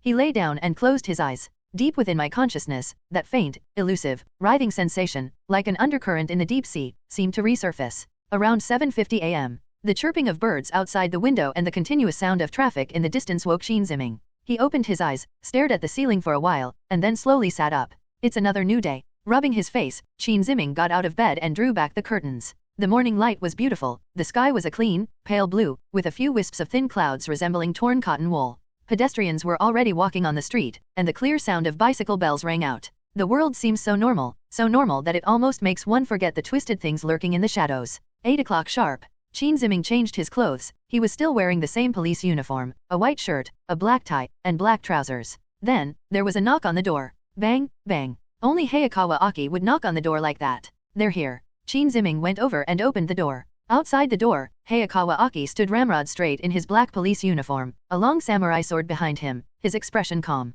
Good morning, senior. Qin Ziming took the initiative to greet him. Morning. Hayakawa Aki nodded, her gaze sweeping over him. You have 20 minutes to wash up. Meet here at 8:20. Okay. The door closed. Qin Ziming stood behind the door, stunned for a moment, then gave a wry smile. I'm truly impressed. He rushed into the bathroom, brushed his teeth, washed his face, and tidied his hair. Looking at myself in the mirror, my black hair was a little messy, and the dark red lines under my eyes were even more pronounced in the morning light. Deep within his amber pupils, that unnatural glimmer seemed to have brightened slightly. Qin Ziming leaned closer to the mirror and carefully examined his eyes. Indeed, that amber luster, which used to only occasionally flash under specific angles and lighting, now seems to have blended into the background color of the pupils, and can be faintly seen even under normal indoor lighting. Is it because you drank the demon's blood? Qin Ziming muttered to himself. Or is it because it woke up a little more? He shook his head, stopped thinking about it, and splashed cold water on his face. At 8:18, he opened the door. As expected, Hayakawa Aki was already waiting outside the door, leaning against the wall, looking down at a note in his hand. Hearing the door open, he looked up and put the note away.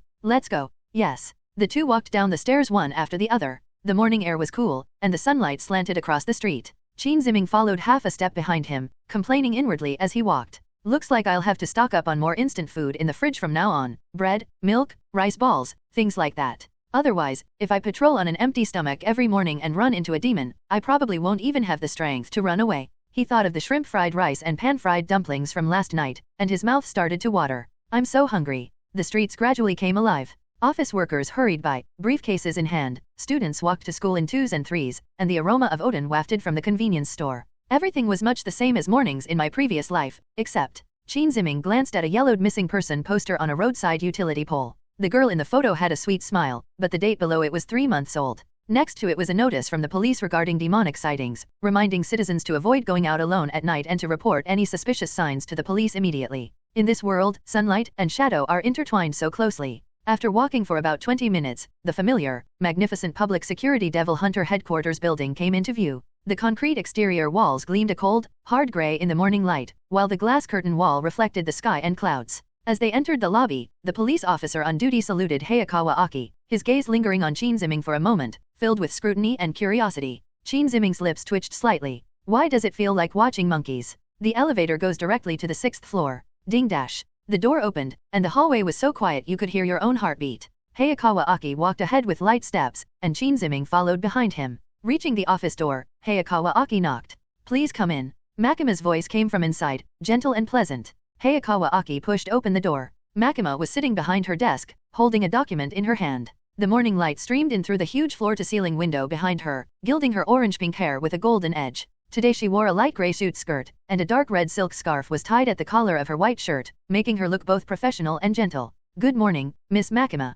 Hayakawa Aki lowered her head slightly. Good morning, Miss Makima. Qin Ziming also bowed, trying his best to make his voice sound calm. Good morning, Hayakawa-kun, and Hata-kun. Makima put down the documents, looked up, and her face displayed that signature, all-encompassing smile. Please sit down. The two sat down in the chairs opposite each other. Qin Ziming sat upright with his hands on his knees, looking somewhat reserved. Makima's gaze first fell on Hayakawa Aki. Hayakawa-kun, how is your wound healing? I'm fine now, thank you for your concern, Miss Makima. Hayakawa Aki's answer. That's good. Makima nodded, then turned to Qin Ziming, her golden, round eyes fixed on him, gentle yet possessing an indescribable penetrating power. Qin Jun, how are you feeling? I'm all right now, Miss Makima. Qin Ziming quickly said. The doctor also said the recovery is going very well. That's good. Makima's smile deepened. I've read Hayakawa-kun's report. He independently faced and assisted in the defeat of a swamp demon fused with pieces of the gun demon's flesh. Qin-kun, your performance exceeded my expectations. Makima's tone was very sincere, as if she were genuinely happy for him. But Qin Ziming felt a chill run down his back. What does exceeded expectations mean? Is it an affirmation of his abilities, or a note of his rapid growth? It's all thanks to Hayakawa-senpai, he said cautiously. I was just lucky. Luck is also a part of ability, Makima said, then looked at Hayakawa Aki. Hayakawa-kun, you've already told Qin-kun about that 0.5 kilograms of devil's gun meat slices, right?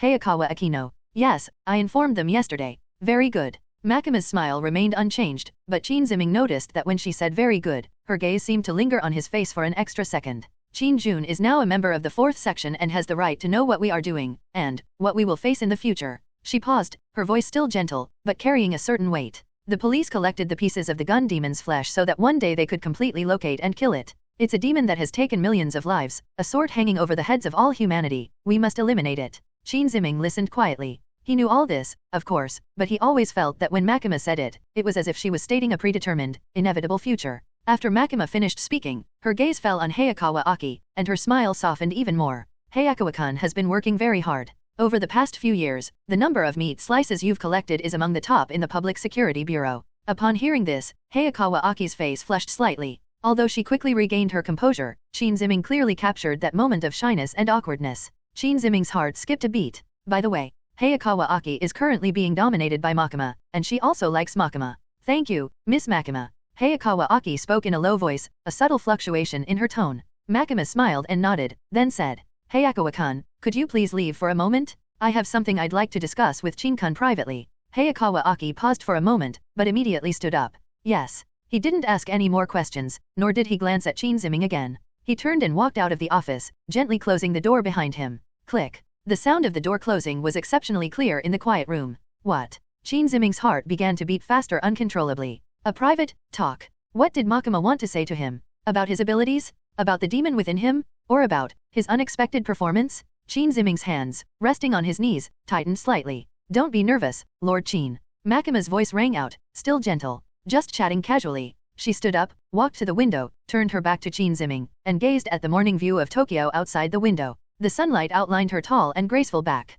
Your abilities have improved quite a bit. She suddenly spoke, her tone as if she were chatting casually. Compared to when we were in Kurosaka town, the precision and range of control have improved significantly. Qin Ziming's throat felt a little dry, and he said nervously, yes, it might be because of the stimulation from the battle, or Or, it's because you drank the blood of that swamp demon. Makima turned around, her golden, round eyes fixed on him, a smile playing on her lips. Demons grow stronger by devouring their own kind. This is one of the laws of this world. As a demon, it's not surprising that you've inherited this trait. She walked back to her desk, took a brown paper envelope from the drawer, placed it on the table, and pushed it toward him. Here's 100,000 yen, as an extra bonus for this mission, and encouragement for your growth. Go and improve your life. Qin Ziming stared at the envelope, stunned. 100,000 yen, that's no small sum, and how did she know I was actually short of money right now? Qin Ziming couldn't help but break out in a cold sweat. Take it. Makima said. You deserve it. Qin Ziming hesitated for a moment, then reached out and picked up the envelope. It's quite thick and feels substantial in your hand.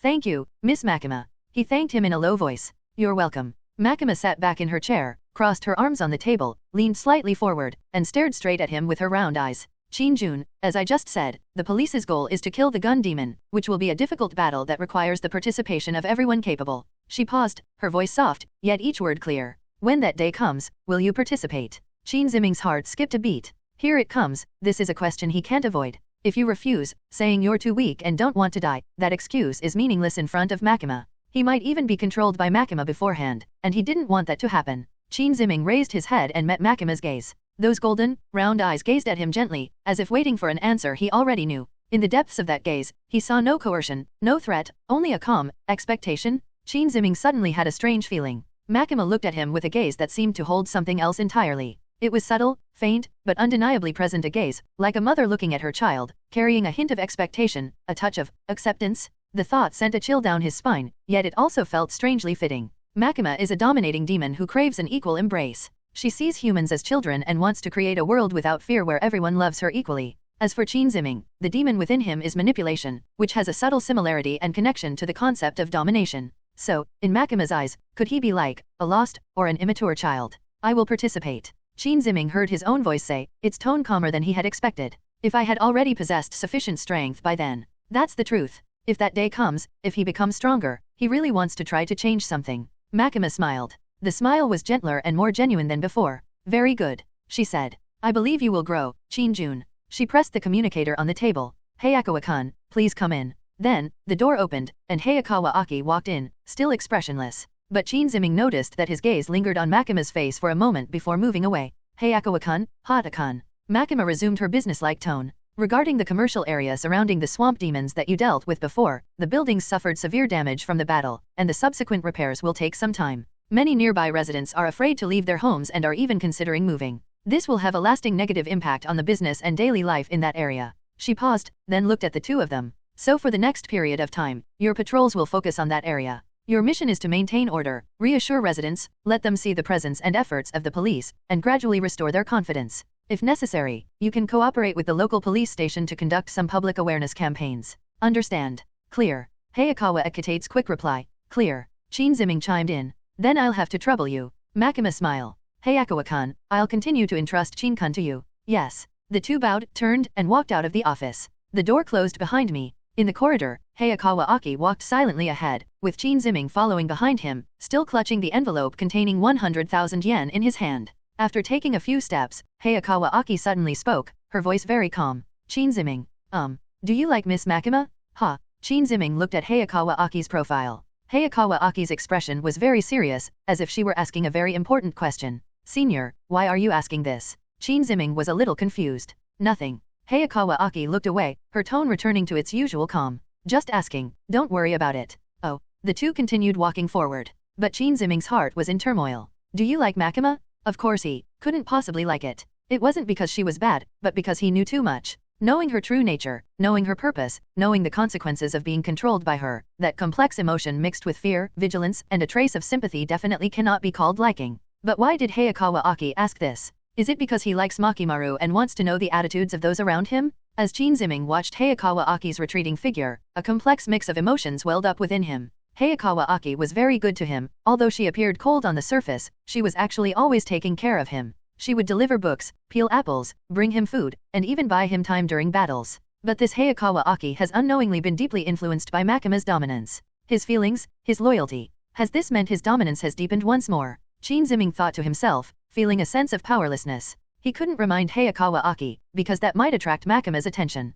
He could only watch helplessly as this cold-faced but kind-hearted senior walked step by step toward his predetermined, tragic end. Unless, he can do something. But he's too weak right now. The two walked to the elevator, and Hayakawa Aki pressed the button. The elevator doors slowly opened. They stepped into the elevator, the doors closed, and only the two of them remained in the small space. Hayakawa Aki looked at the floor display screen, then suddenly spoke again. What did Miss Makima say to you privately just now? Shin Ziming's heart tightened, but he remained calm on the surface. They just asked about my recovery progress, and then, gave me a bonus. Also, they asked if I would be willing to participate if I were to face the demon of guns in the future. Hayakawa Aki turned her head and looked at him. So what was your answer? I said I would participate. Shin Ziming said truthfully. Hayakawa Aki was silent for a few seconds, then nodded. The elevator arrived at the first floor. The door opened, and Hayakawa Aki went out first. Shin Ziming followed behind, watching his back, then looked down at the envelope in his hand. 100,000 yen. He had a lot of money, but his heart was heavy.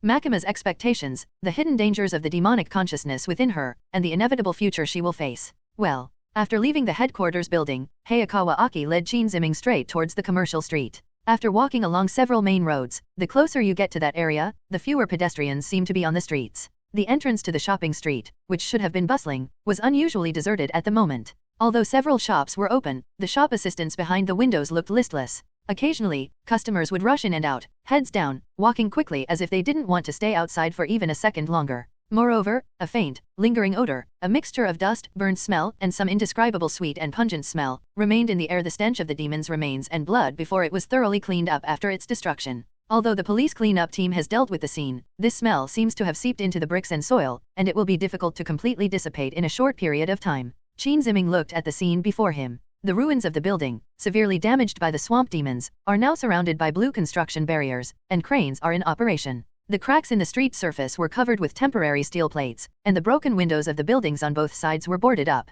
Everywhere you look, you can see the demon's destructive traces, deep trenches in the walls, cratered and uneven ground, and twisted and deformed lampposts. It seems the damage is more severe than we imagined. Shin Ziming said in a low voice, I really didn't look around carefully during the battle. Hayakawa Aki glanced around, her expression unchanged. That's how demons fight, especially those who have fused with the flesh of the gun demon. Their strength increases exponentially. The two walked slowly along the street. Occasionally, passers-by would cast complicated glances at them upon seeing their police uniforms. Shin Ziming tried his best to appear calm and reliable, but he could sense the emotions behind those gazes. These people had just experienced a close-range demonic attack, and the fear was still deeply ingrained in their hearts. Our task is to make them feel safe again. As if reading his mind, Hayakawa Aki said again. Let them see the police patrolling and protecting them. Over time, their fear will gradually subside. Shin Ziming nodded. He understood this logic. Post-traumatic psychological reconstruction requires not only material repair, but also a continuous installation of a sense of security. The two walked to a convenience store that was still open in the middle of the commercial street.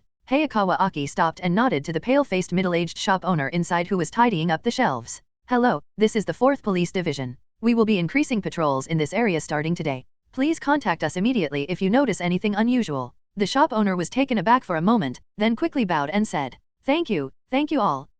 Is it really not coming back? That demon. They have been completely eliminated. Hayakawa Aki's tone was certain. Don't worry. Upon hearing this, the shop owner seemed relieved, but the fear in his eyes had not completely disappeared. Just then, voices and footsteps came from the other end of the street. Shin Ziming turned his head and saw 3 people walking towards him. Leading the way was Ji Ye, still wearing that slightly loose police uniform jacket, her white shirt collar open, and her tie hanging loosely. She walked with her hands in her pockets and an unlit cigarette dangling from her mouth, her steps leisurely, but her eyes keenly scanning her surroundings. 2 people were following behind her. One was a petite girl with black hair tied in a braid at the back of her head, medium-length bangs hanging down on the right side, and her hair on the left side held up with 2 red hair clips. She was wearing a slightly ill-fitting police uniform, her head down, following half a step closely behind Ji Ye, her hands nervously twisted together, her eyes darting around, like a frightened little animal. The other was a boy who looked to be about the same age as Shin Ziming, with short black hair, a handsome face, a scar on his left cheek, and a somewhat tense expression. He walked slightly behind the girl, but his gaze remained fixed on Ji Ye in front of him, filled with undisguised admiration and nervousness.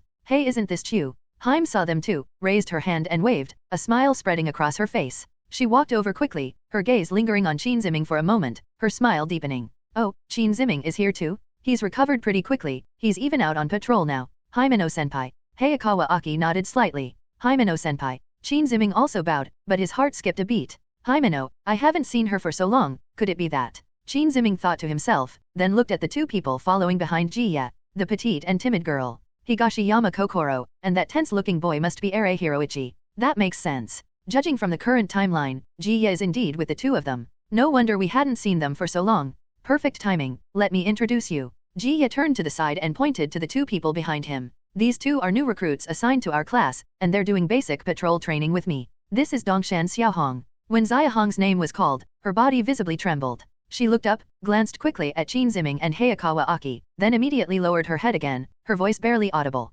Hello, I'm Dongshan Xiaohong, please take care of me. This is Hirokazu Ere. Ji-ya then pointed to the boy. Ere immediately straightened his back and said in a loud voice, I'm Hirokazu Ere, nice to meet you. Hayakawa Aki nodded and replied. Hayakawa Aki, Vice Captain of the 4th Division. Qin Ziming also introduced himself. Qin Ziming is also a newcomer who joined not long ago. Xiaohong glanced at Qin Ziming again, seemingly a little more relaxed about his also a newcomer status, but still very nervous. Ere looked at Hayakawa Aki with admiration, clearly indicating that Hayakawa Aki was quite well known within the Public Security Bureau. You're here in this area too? Ji-ya asked. This is Miss Makima's instruction. Hayakawa Aki briefly said. Let's reassure the residents and restore order. Ah, I understand. Ji-ya understood and nodded. I'm also bringing newcomers here to see what happens after fighting demons. As she spoke, she patted Xiaohong on the shoulder, causing the latter to shudder in fright. Relax, Xiaohong, it's safe here now. Yes.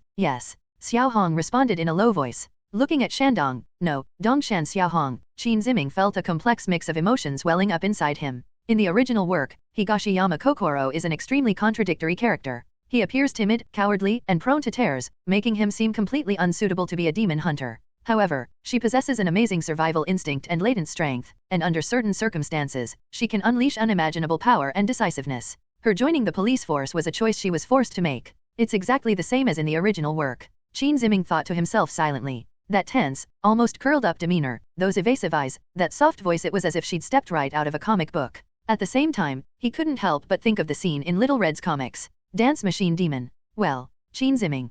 Hayakawa Aki's voice brought him back to his senses. Ah, sorry, I was daydreaming. Qin Ziming quickly replied. Ji-ya looked at him with a half-smile. What, are you interested in our Little Red? No, that's not it. Qin Ziming quickly waved his hand, while the little girl beside him had already blushed to the roots of her ears and lowered her head even further. Eri glanced at Qin Ziming with a wary look. Hayakawa Aki ignored the little incident. He glanced at Himeno, then at the two newcomers, and suddenly spoke. Hime-senpai, does everyone have some time after today's patrol? Ji-ya raised an eyebrow slightly upon hearing this. What's wrong? I'd like to invite everyone to a get-together. Hayakawa Akioko's commentary. You covered my patrol duties before, and we agreed that I'd treat you to drinks. It just so happens that I have the chance today. Ji-ya was taken aback at first, then his smile broadened. Hey, choose treating? Has the sun risen in the west? Hayakawa Aki's expression was slightly unnatural. Are you going or not? Go? Of course I'll go. Haim immediately raised her hand in agreement. With free drinks, how could I not go? After she finished speaking, she turned to look at the two newlyweds behind her. What about you guys? Let's treat this as a welcome party and thank you reception for the new members, shall we? Little Red timidly raised her head and asked in a soft voice. Yes, is it free? Autumn's treat is free, of course. Ji-ya said with a smile. Little Red's eyes lit up for a moment, but she quickly hesitated again. But, I might not have time. It's just tonight, it won't be too late. Akira Hayakawa's commentary. Let's treat this as an in-class discussion. Xiaohong hesitated for a few seconds, then finally nodded gently. Well, thank you, I'll go. Seeing that Xiaohong had agreed, Ere immediately shouted back. I'm going too. Haim patted Ere on the shoulder. Okay, it's settled then. She looked at Hayakawa Aki. And the location? Let's just stay at the usual spot. Hayakawa Aki responded. That izakaya, you know it. Understand. Haim made an okay sign. Then let's meet there at 7 p.m. And so, the simple agreement was made. Qin Ziming stood aside, watching this scene, a subtle feeling stirring within him. The members of the 4th class Hayakawa Aki, Himeno, Higashiyama Kokoro, Ere Hirokazu, and himself had gathered together. Although in the original work, the future fates of these people are mostly intertwined with bloodshed and death, at least at this moment, they are just a group of colleagues who have just finished work and are about to have a meal together. Ordinary, simple, and even somewhat heartwarming. But, that only applies to now. Alright, let's continue our patrol. Himeno said to Hayakawa Aki. See you tonight, Chu, remember to bring enough money. She winked at Hayakawa Aki, then waved to Kokoro and Ere. Let's go, Xiaohong, Ere. Next, I'll take you to see how to identify demon blood residue. Yes. Ere immediately responded loudly. Xiaohong also whispered. Okay.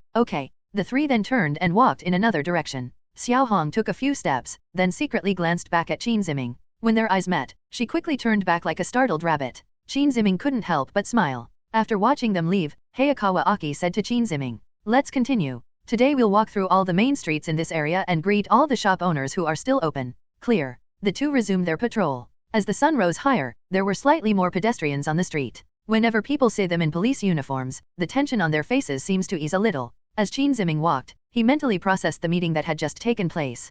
Higashiyama Kokoro and Ere Hiroichi have already appeared. This means the plot is progressing according to the original timeline. So next, it should be Denji and Pava should be here soon too, right? He thought to himself silently. That innocent boy who said he wanted to touch her breasts, and that arrogant yet childish blood demon. Their arrival, or rather, the arrival of the electricity, will plunge Section 4 into a series of insane events. And myself. Chin Ziming clenched his fist, then slowly relaxed it. Forget it, I don't want to think about it anymore. I'll just have a good meal tonight. At 6:30 p.m., Hayakawa Aki and Chin Ziming finished their last patrol of the day in the shopping district. The setting sun cast long shadows of the buildings, and the number of pedestrians on the street gradually decreased. The broken walls, the cracked ground, and the ruins behind the fences looked even more desolate in the twilight. However, after a whole day of talking with shop owners, standing on street corners, and patrolling, Chin Ziming could sense that the atmosphere in this area was slightly more relaxed than in the morning. At least some previously closed shops have reopened, and pedestrians on the street are no longer walking in such a hurried and anxious manner.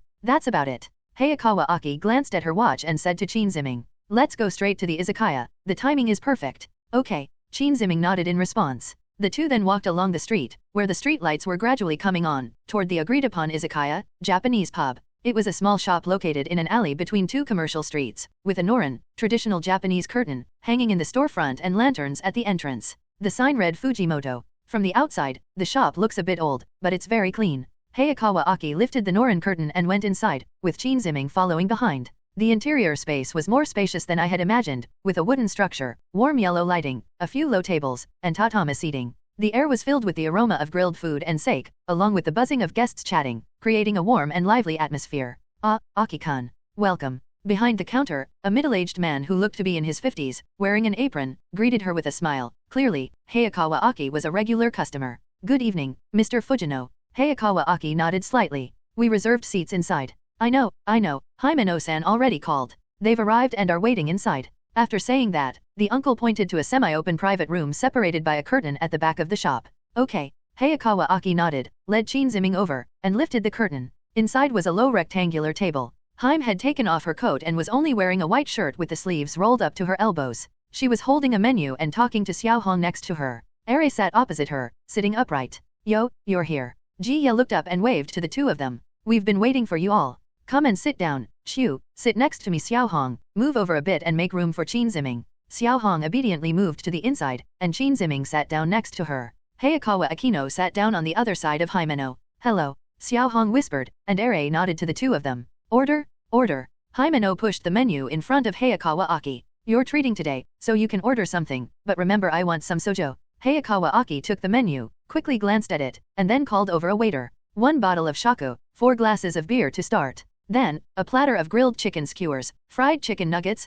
edamame, potato salad, grilled mackerel, stir-fried udon, a platter of oden. "That'll do for now." His tone when taking orders was practiced and concise, clearly indicating his familiarity with the dishes. "Okay, please wait a moment." The shop assistant made a note of it and then left. Soon, 4 glasses of chilled beer and a small pot of spirits were served, the clear yellow liquids foaming with fine bubbles in the glasses. "Come on, have a glass of dried radish first." Haim raised her beer glass, celebrating our little get-together for today's 4th lesson, and also welcoming our 2 new members to our hellish daily routine. Ere immediately raised his glass. "Thank you, senior." Xiao Hong carefully picked up her cup, and Chin Ziming and Hayakawa Aki also raised their cups. "Cheers." The 5 cups gently clinked together, making a crisp sound. Chin Ziming took a sip of beer. The cool liquid, with its slightly bitter malty aroma, slid down his throat, dispelling the fatigue of a day's patrol. He quietly observed the others at the table. Hayakawa Aki drank very restrainedly, taking only a small sip. Haim, on the other hand, gulped down a large mouthful and let out a satisfied sigh. "I'm alive again. Leading new recruits on patrol is much more tiring than patrolling alone. I have to constantly explain this and what to pay attention to. I'm so sorry, Himeno-senpai." Xiao Hong spoke softly again. "Oh, it's not your fault." Ji Ye smiled and patted Xiao Hong on the shoulder. "That's how all newcomers are, right, Xiu? Weren't you clumsy when you first came here?" "Hello." Hayakawa Aki glanced at her, but her ears turned slightly red. "Ha ha ha." When Haim saw Hayakawa Aki's appearance, she burst into laughter. Seeing this, Ere couldn't help but ask curiously, What was it like when Hayakawa-senpai first joined? Well, Himeko grinned mischievously at Hayakawa Aki, who gave her a warning look, telling her not to talk nonsense. Forget it, let's save him some face. Anyway, everyone goes through this, the important thing is to survive. Then, the first batch of dishes arrived. Looking at the fragrant chicken skewers, golden and crispy fried chicken pieces, and bright green edamame on the table, everyone's appetite was instantly whetted. Let's eat. Ji-ya was the first to pick up a skewer of chicken cartilage. Everyone started eating, and the atmosphere gradually relaxed. While eating fried chicken nuggets, Ere couldn't help but ask, Hayakawa-senpai, the area you patrolled today was badly damaged. What kind of demon caused that? Hayakawa Aki put down her chopsticks and replied briefly, swamp demon, but it's a fusion of gun demon's flesh. Gun demon meat slices. Ere gasped. That kind of thing really exists. Xiao Hong also stopped eating, her face turning pale. Ji-ya chewed on chicken cartilage and mumbled indistinctly, yes, and that demon was killed by Chiu and Qin Ziming. Huh. Ere and Coco both looked at Qin Ziming, their eyes filled with surprise. Really? Really? Xiao Hong turned her head and asked Qin Ziming timidly, you're that amazing. Qin Ziming scratched his face somewhat awkwardly. It's not as exaggerated as Himeno-senpai makes it out to be. It's mainly thanks to Hayakawa-senpai. I just got lucky and helped out a bit. Don't be modest. Ji-ya took a sip of shako, a faint blush rising to her cheeks, her smile tinged with mischievousness. I've seen Chiu's report. That demon had a full 0.5 kilograms of gun demon flesh inside its body. Qin Ziming held off the demon for quite a while, even after Chiu was injured.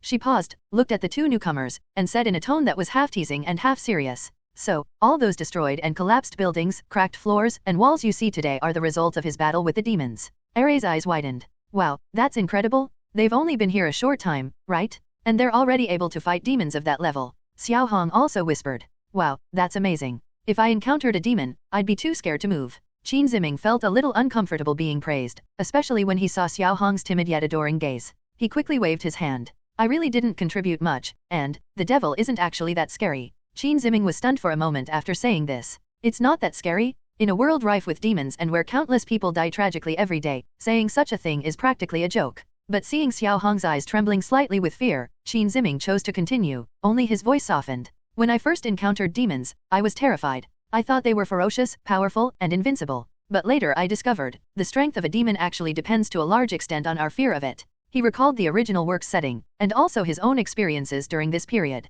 The more you fear something, the stronger the corresponding demon becomes. But when you overcome your fear, or, at least learn to remain calm, think, and act in the face of fear, the demon becomes less terrifying. They also have weaknesses, they can get hurt, and they can die. Little Red stared at him blankly, as if hearing this for the first time. Ere nodded thoughtfully. So, mental fortitude is very important? Very important. Hayakawa Aki suddenly spoke up, taking a sip of beer, and said calmly, in our profession of demon hunter, fear is normal, but if you let fear control you, you're already dead. Learn to coexist with fear, use it to make you more alert and focused, rather than letting it paralyze you. Himeko rested her chin on her hand, smiling as she looked at Hayakawa Aki. Wow, Chiu actually said something so philosophical. Mentoring newbies has really made you gentler. Hayakawa Aki turned her face away and ignored her. Qin Ziming smiled and continued speaking to Xiao Hong. So, don't be too nervous. You still have senior Himeno to guide you, so you can adapt slowly. After seeing more of them, you'll realize that demons are just part of this crazy world. Xiao Hong was silent for a moment, then nodded gently. Thank you. I will give it a try. Her voice was still soft, but her eyes were slightly more determined. All right, stop focusing on the lesson. Ji-ya poured everyone another round of drinks and said happily, let's eat and drink. Today is a party, not new employee training. The atmosphere became lively again. Ere began to ask Hayakawa Aki about his past combat experiences out of curiosity. Although Hayakawa Aki didn't talk much, he would give brief answers.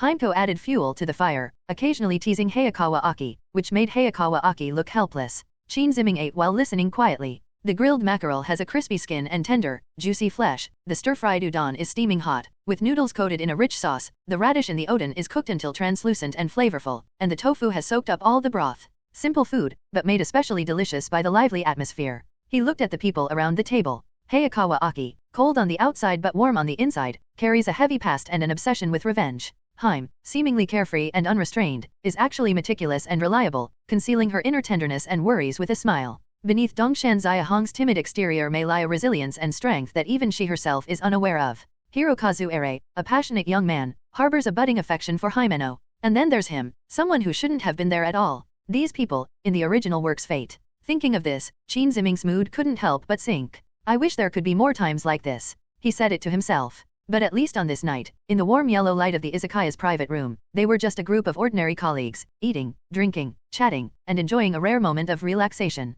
Around 9 o'clock in the evening, the food and drinks on the table had been almost completely consumed. Ji's cheeks were flushed, clearly indicating she had drunk quite a bit, but her eyes remained clear. She gave a small yawn. I'm so satisfied, Achu, you have to treat us again next time. We'll see. Hayakawa Aki said calmly, then waved to the clerk to pay the bill. Thank you for your hospitality, Hayakawa-senpai. Ere bowed in gratitude. Thank you, thank you. I ate a lot of delicious food today. Xiao Hong also expressed her gratitude in a low voice. Qin Ziming also thanked him. After paying the bill, the five of them left the izakaya. A cool night breeze instantly dispelled the warmth and aroma of alcohol from the shop. Well then, that's all for today. Ji stretched and said. Xiao Hong, Ere, I'll take you to the station. Xiu, Qin Ziming, what about you? We'll walk back, it's not far. Hayakawa Akihito Yodo. Okay, see you tomorrow. Haim waved to the two of them, then led Kokoro and Ere toward the station. Xiao Hong took a few steps, turned around, bowed slightly to Qin Ziming, and then jogged to catch up with Ji. Ere then said loudly, Hayakawa-senpai, Qin Ziming, see you tomorrow. The three people walked away and disappeared around the street corner. Qin Ziming and Hayakawa Aki stood there, watching them leave. The streets were much quieter at night, with only the occasional sound of cars and wind in the distance. Let's go. Hayakawa Aki spoke softly. The two walked side by side on their way back to the apartment, the street lights stretching their shadows long and then shortening them. After walking for a while, Hayakawa Aki suddenly spoke. What you said to Xiaohong today was very good. Qin Ziming paused for a moment, then scratched his head and said, I just thought she was too nervous and wanted to comfort her. Fear is our greatest enemy. Hayakawa Aki gazed at the night sky ahead, his voice low and deep. The fact that you realize this and can say it, means you're on the right track. Qin Ziming paused for a moment, then asked. Senior, were you scared at the beginning? Hayakawa Aki paused for a moment. Meeting, he said frankly. Even now, I still feel that way, but fear cannot be a reason not to fight. My family. Although his voice was calm, Qin Ziming could sense the cold hatred and sorrow hidden beneath it. So I must become stronger, strong enough to protect those who deserve protection, strong enough to kill the demons that deserve to be killed. Qin Ziming remained silent. He remained silent for a moment before speaking. You will definitely do it, senior. Hayakawa Aki glanced at him, said nothing, and simply nodded. The two continued walking forward. Back on the third floor of the apartment building, after saying good night to each other, they went back to their respective rooms. Qin Ziming closed the door, leaned against it, and let out a long sigh of relief. I walked to the balcony. Tokyo's night view remains dazzling, with countless lights twinkling in the darkness, like an inverted starry sky. He just watched quietly. Suddenly, his eyes widened.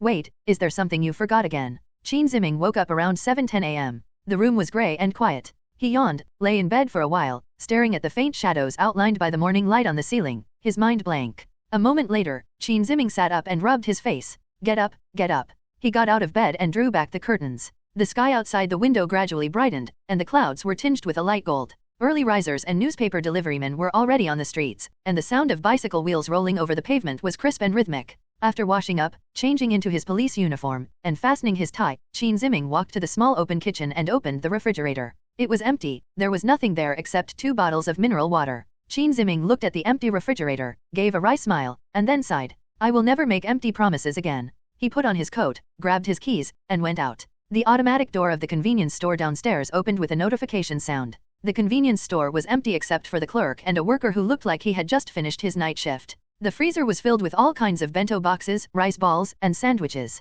Welcome? A tired voice came from the shop assistant. Qin Ziming nodded and then began selecting items in the store. He picked out 2 salmon rice balls, a carton of milk, and 2 bags of potato chips. When he paid the bill, he also asked the staff to heat up the rice balls. Ding dash. The sound of the microwave oven was particularly clear in the quiet store. After returning to his apartment with the warm rice balls and shopping bags, Qin Ziming sat down at the only low table in the living room. Unwrapping the rice ball releases a wonderful aroma of rice and grilled salmon. He took a big bite and chewed it with satisfaction. Not even a needle PK. He ate while looking out onto the balcony. By this time, the sky was fully bright, and the glass curtain walls of distant high-rise buildings reflected the dazzling morning light. Qin Ziming slowly ate his rice ball, his thoughts drifting back to the past. What was morning like in my past life? It's usually the sound of my mother preparing breakfast in the kitchen, the sizzling sound of frying eggs, the noise of my younger siblings fighting over the remote control, and my father's occasional comments while watching the news on TV. He himself often slept until the very last minute before hurriedly getting up, grabbing his school bag and breakfast, and rushing out.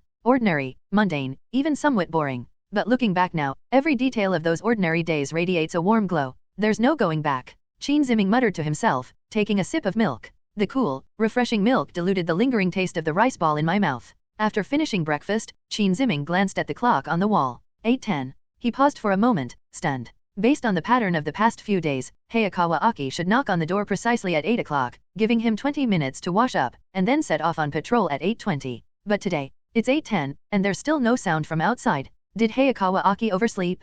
Qin Ziming thought it was unlikely. Given Hayakawa Aki's personality, it's unlikely he would oversleep. A sense of unease crept into Qin Ziming's heart. He stood up, walked to the door, hesitated for a moment, and then opened it. At the same time, the door to room 303 next door also opened. Hayakawa Aki stood at the door. He saw Qin Ziming and seemed somewhat surprised, but quickly regained his composure. I got up quite early today. Hayakawa Akamoto's talk. Maybe my biological clock has adjusted. Qin Ziming answered, while observing Hayakawa Aki's expression. Senior, aren't we on patrol today? I need to go to headquarters first today. Hayakawa Aki said briefly. Miss Makima just contacted me and asked us to come over now. Qin Ziming couldn't help but be somewhat surprised. Is something the matter? Hayakawa Aki shook her head in response. I don't know, she only told us to go there as soon as possible. The two exchanged a glance, and Qin Ziming saw the same confusion in Hayakawa Aki's eyes as he did. I need to get something, Qin Ziming said, then went back inside to get his wallet and keys, checked that his uniform was in good condition, and then went out again.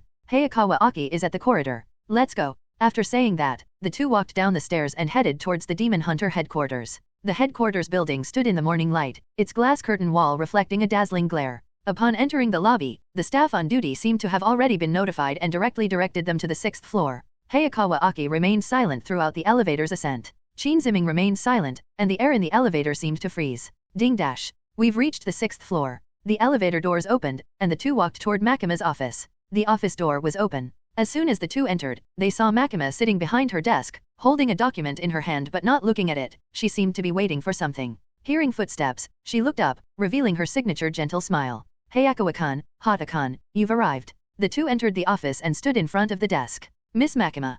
Hayakawa Aki lowered her head slightly. Miss Makima. Qin Ziming also bowed.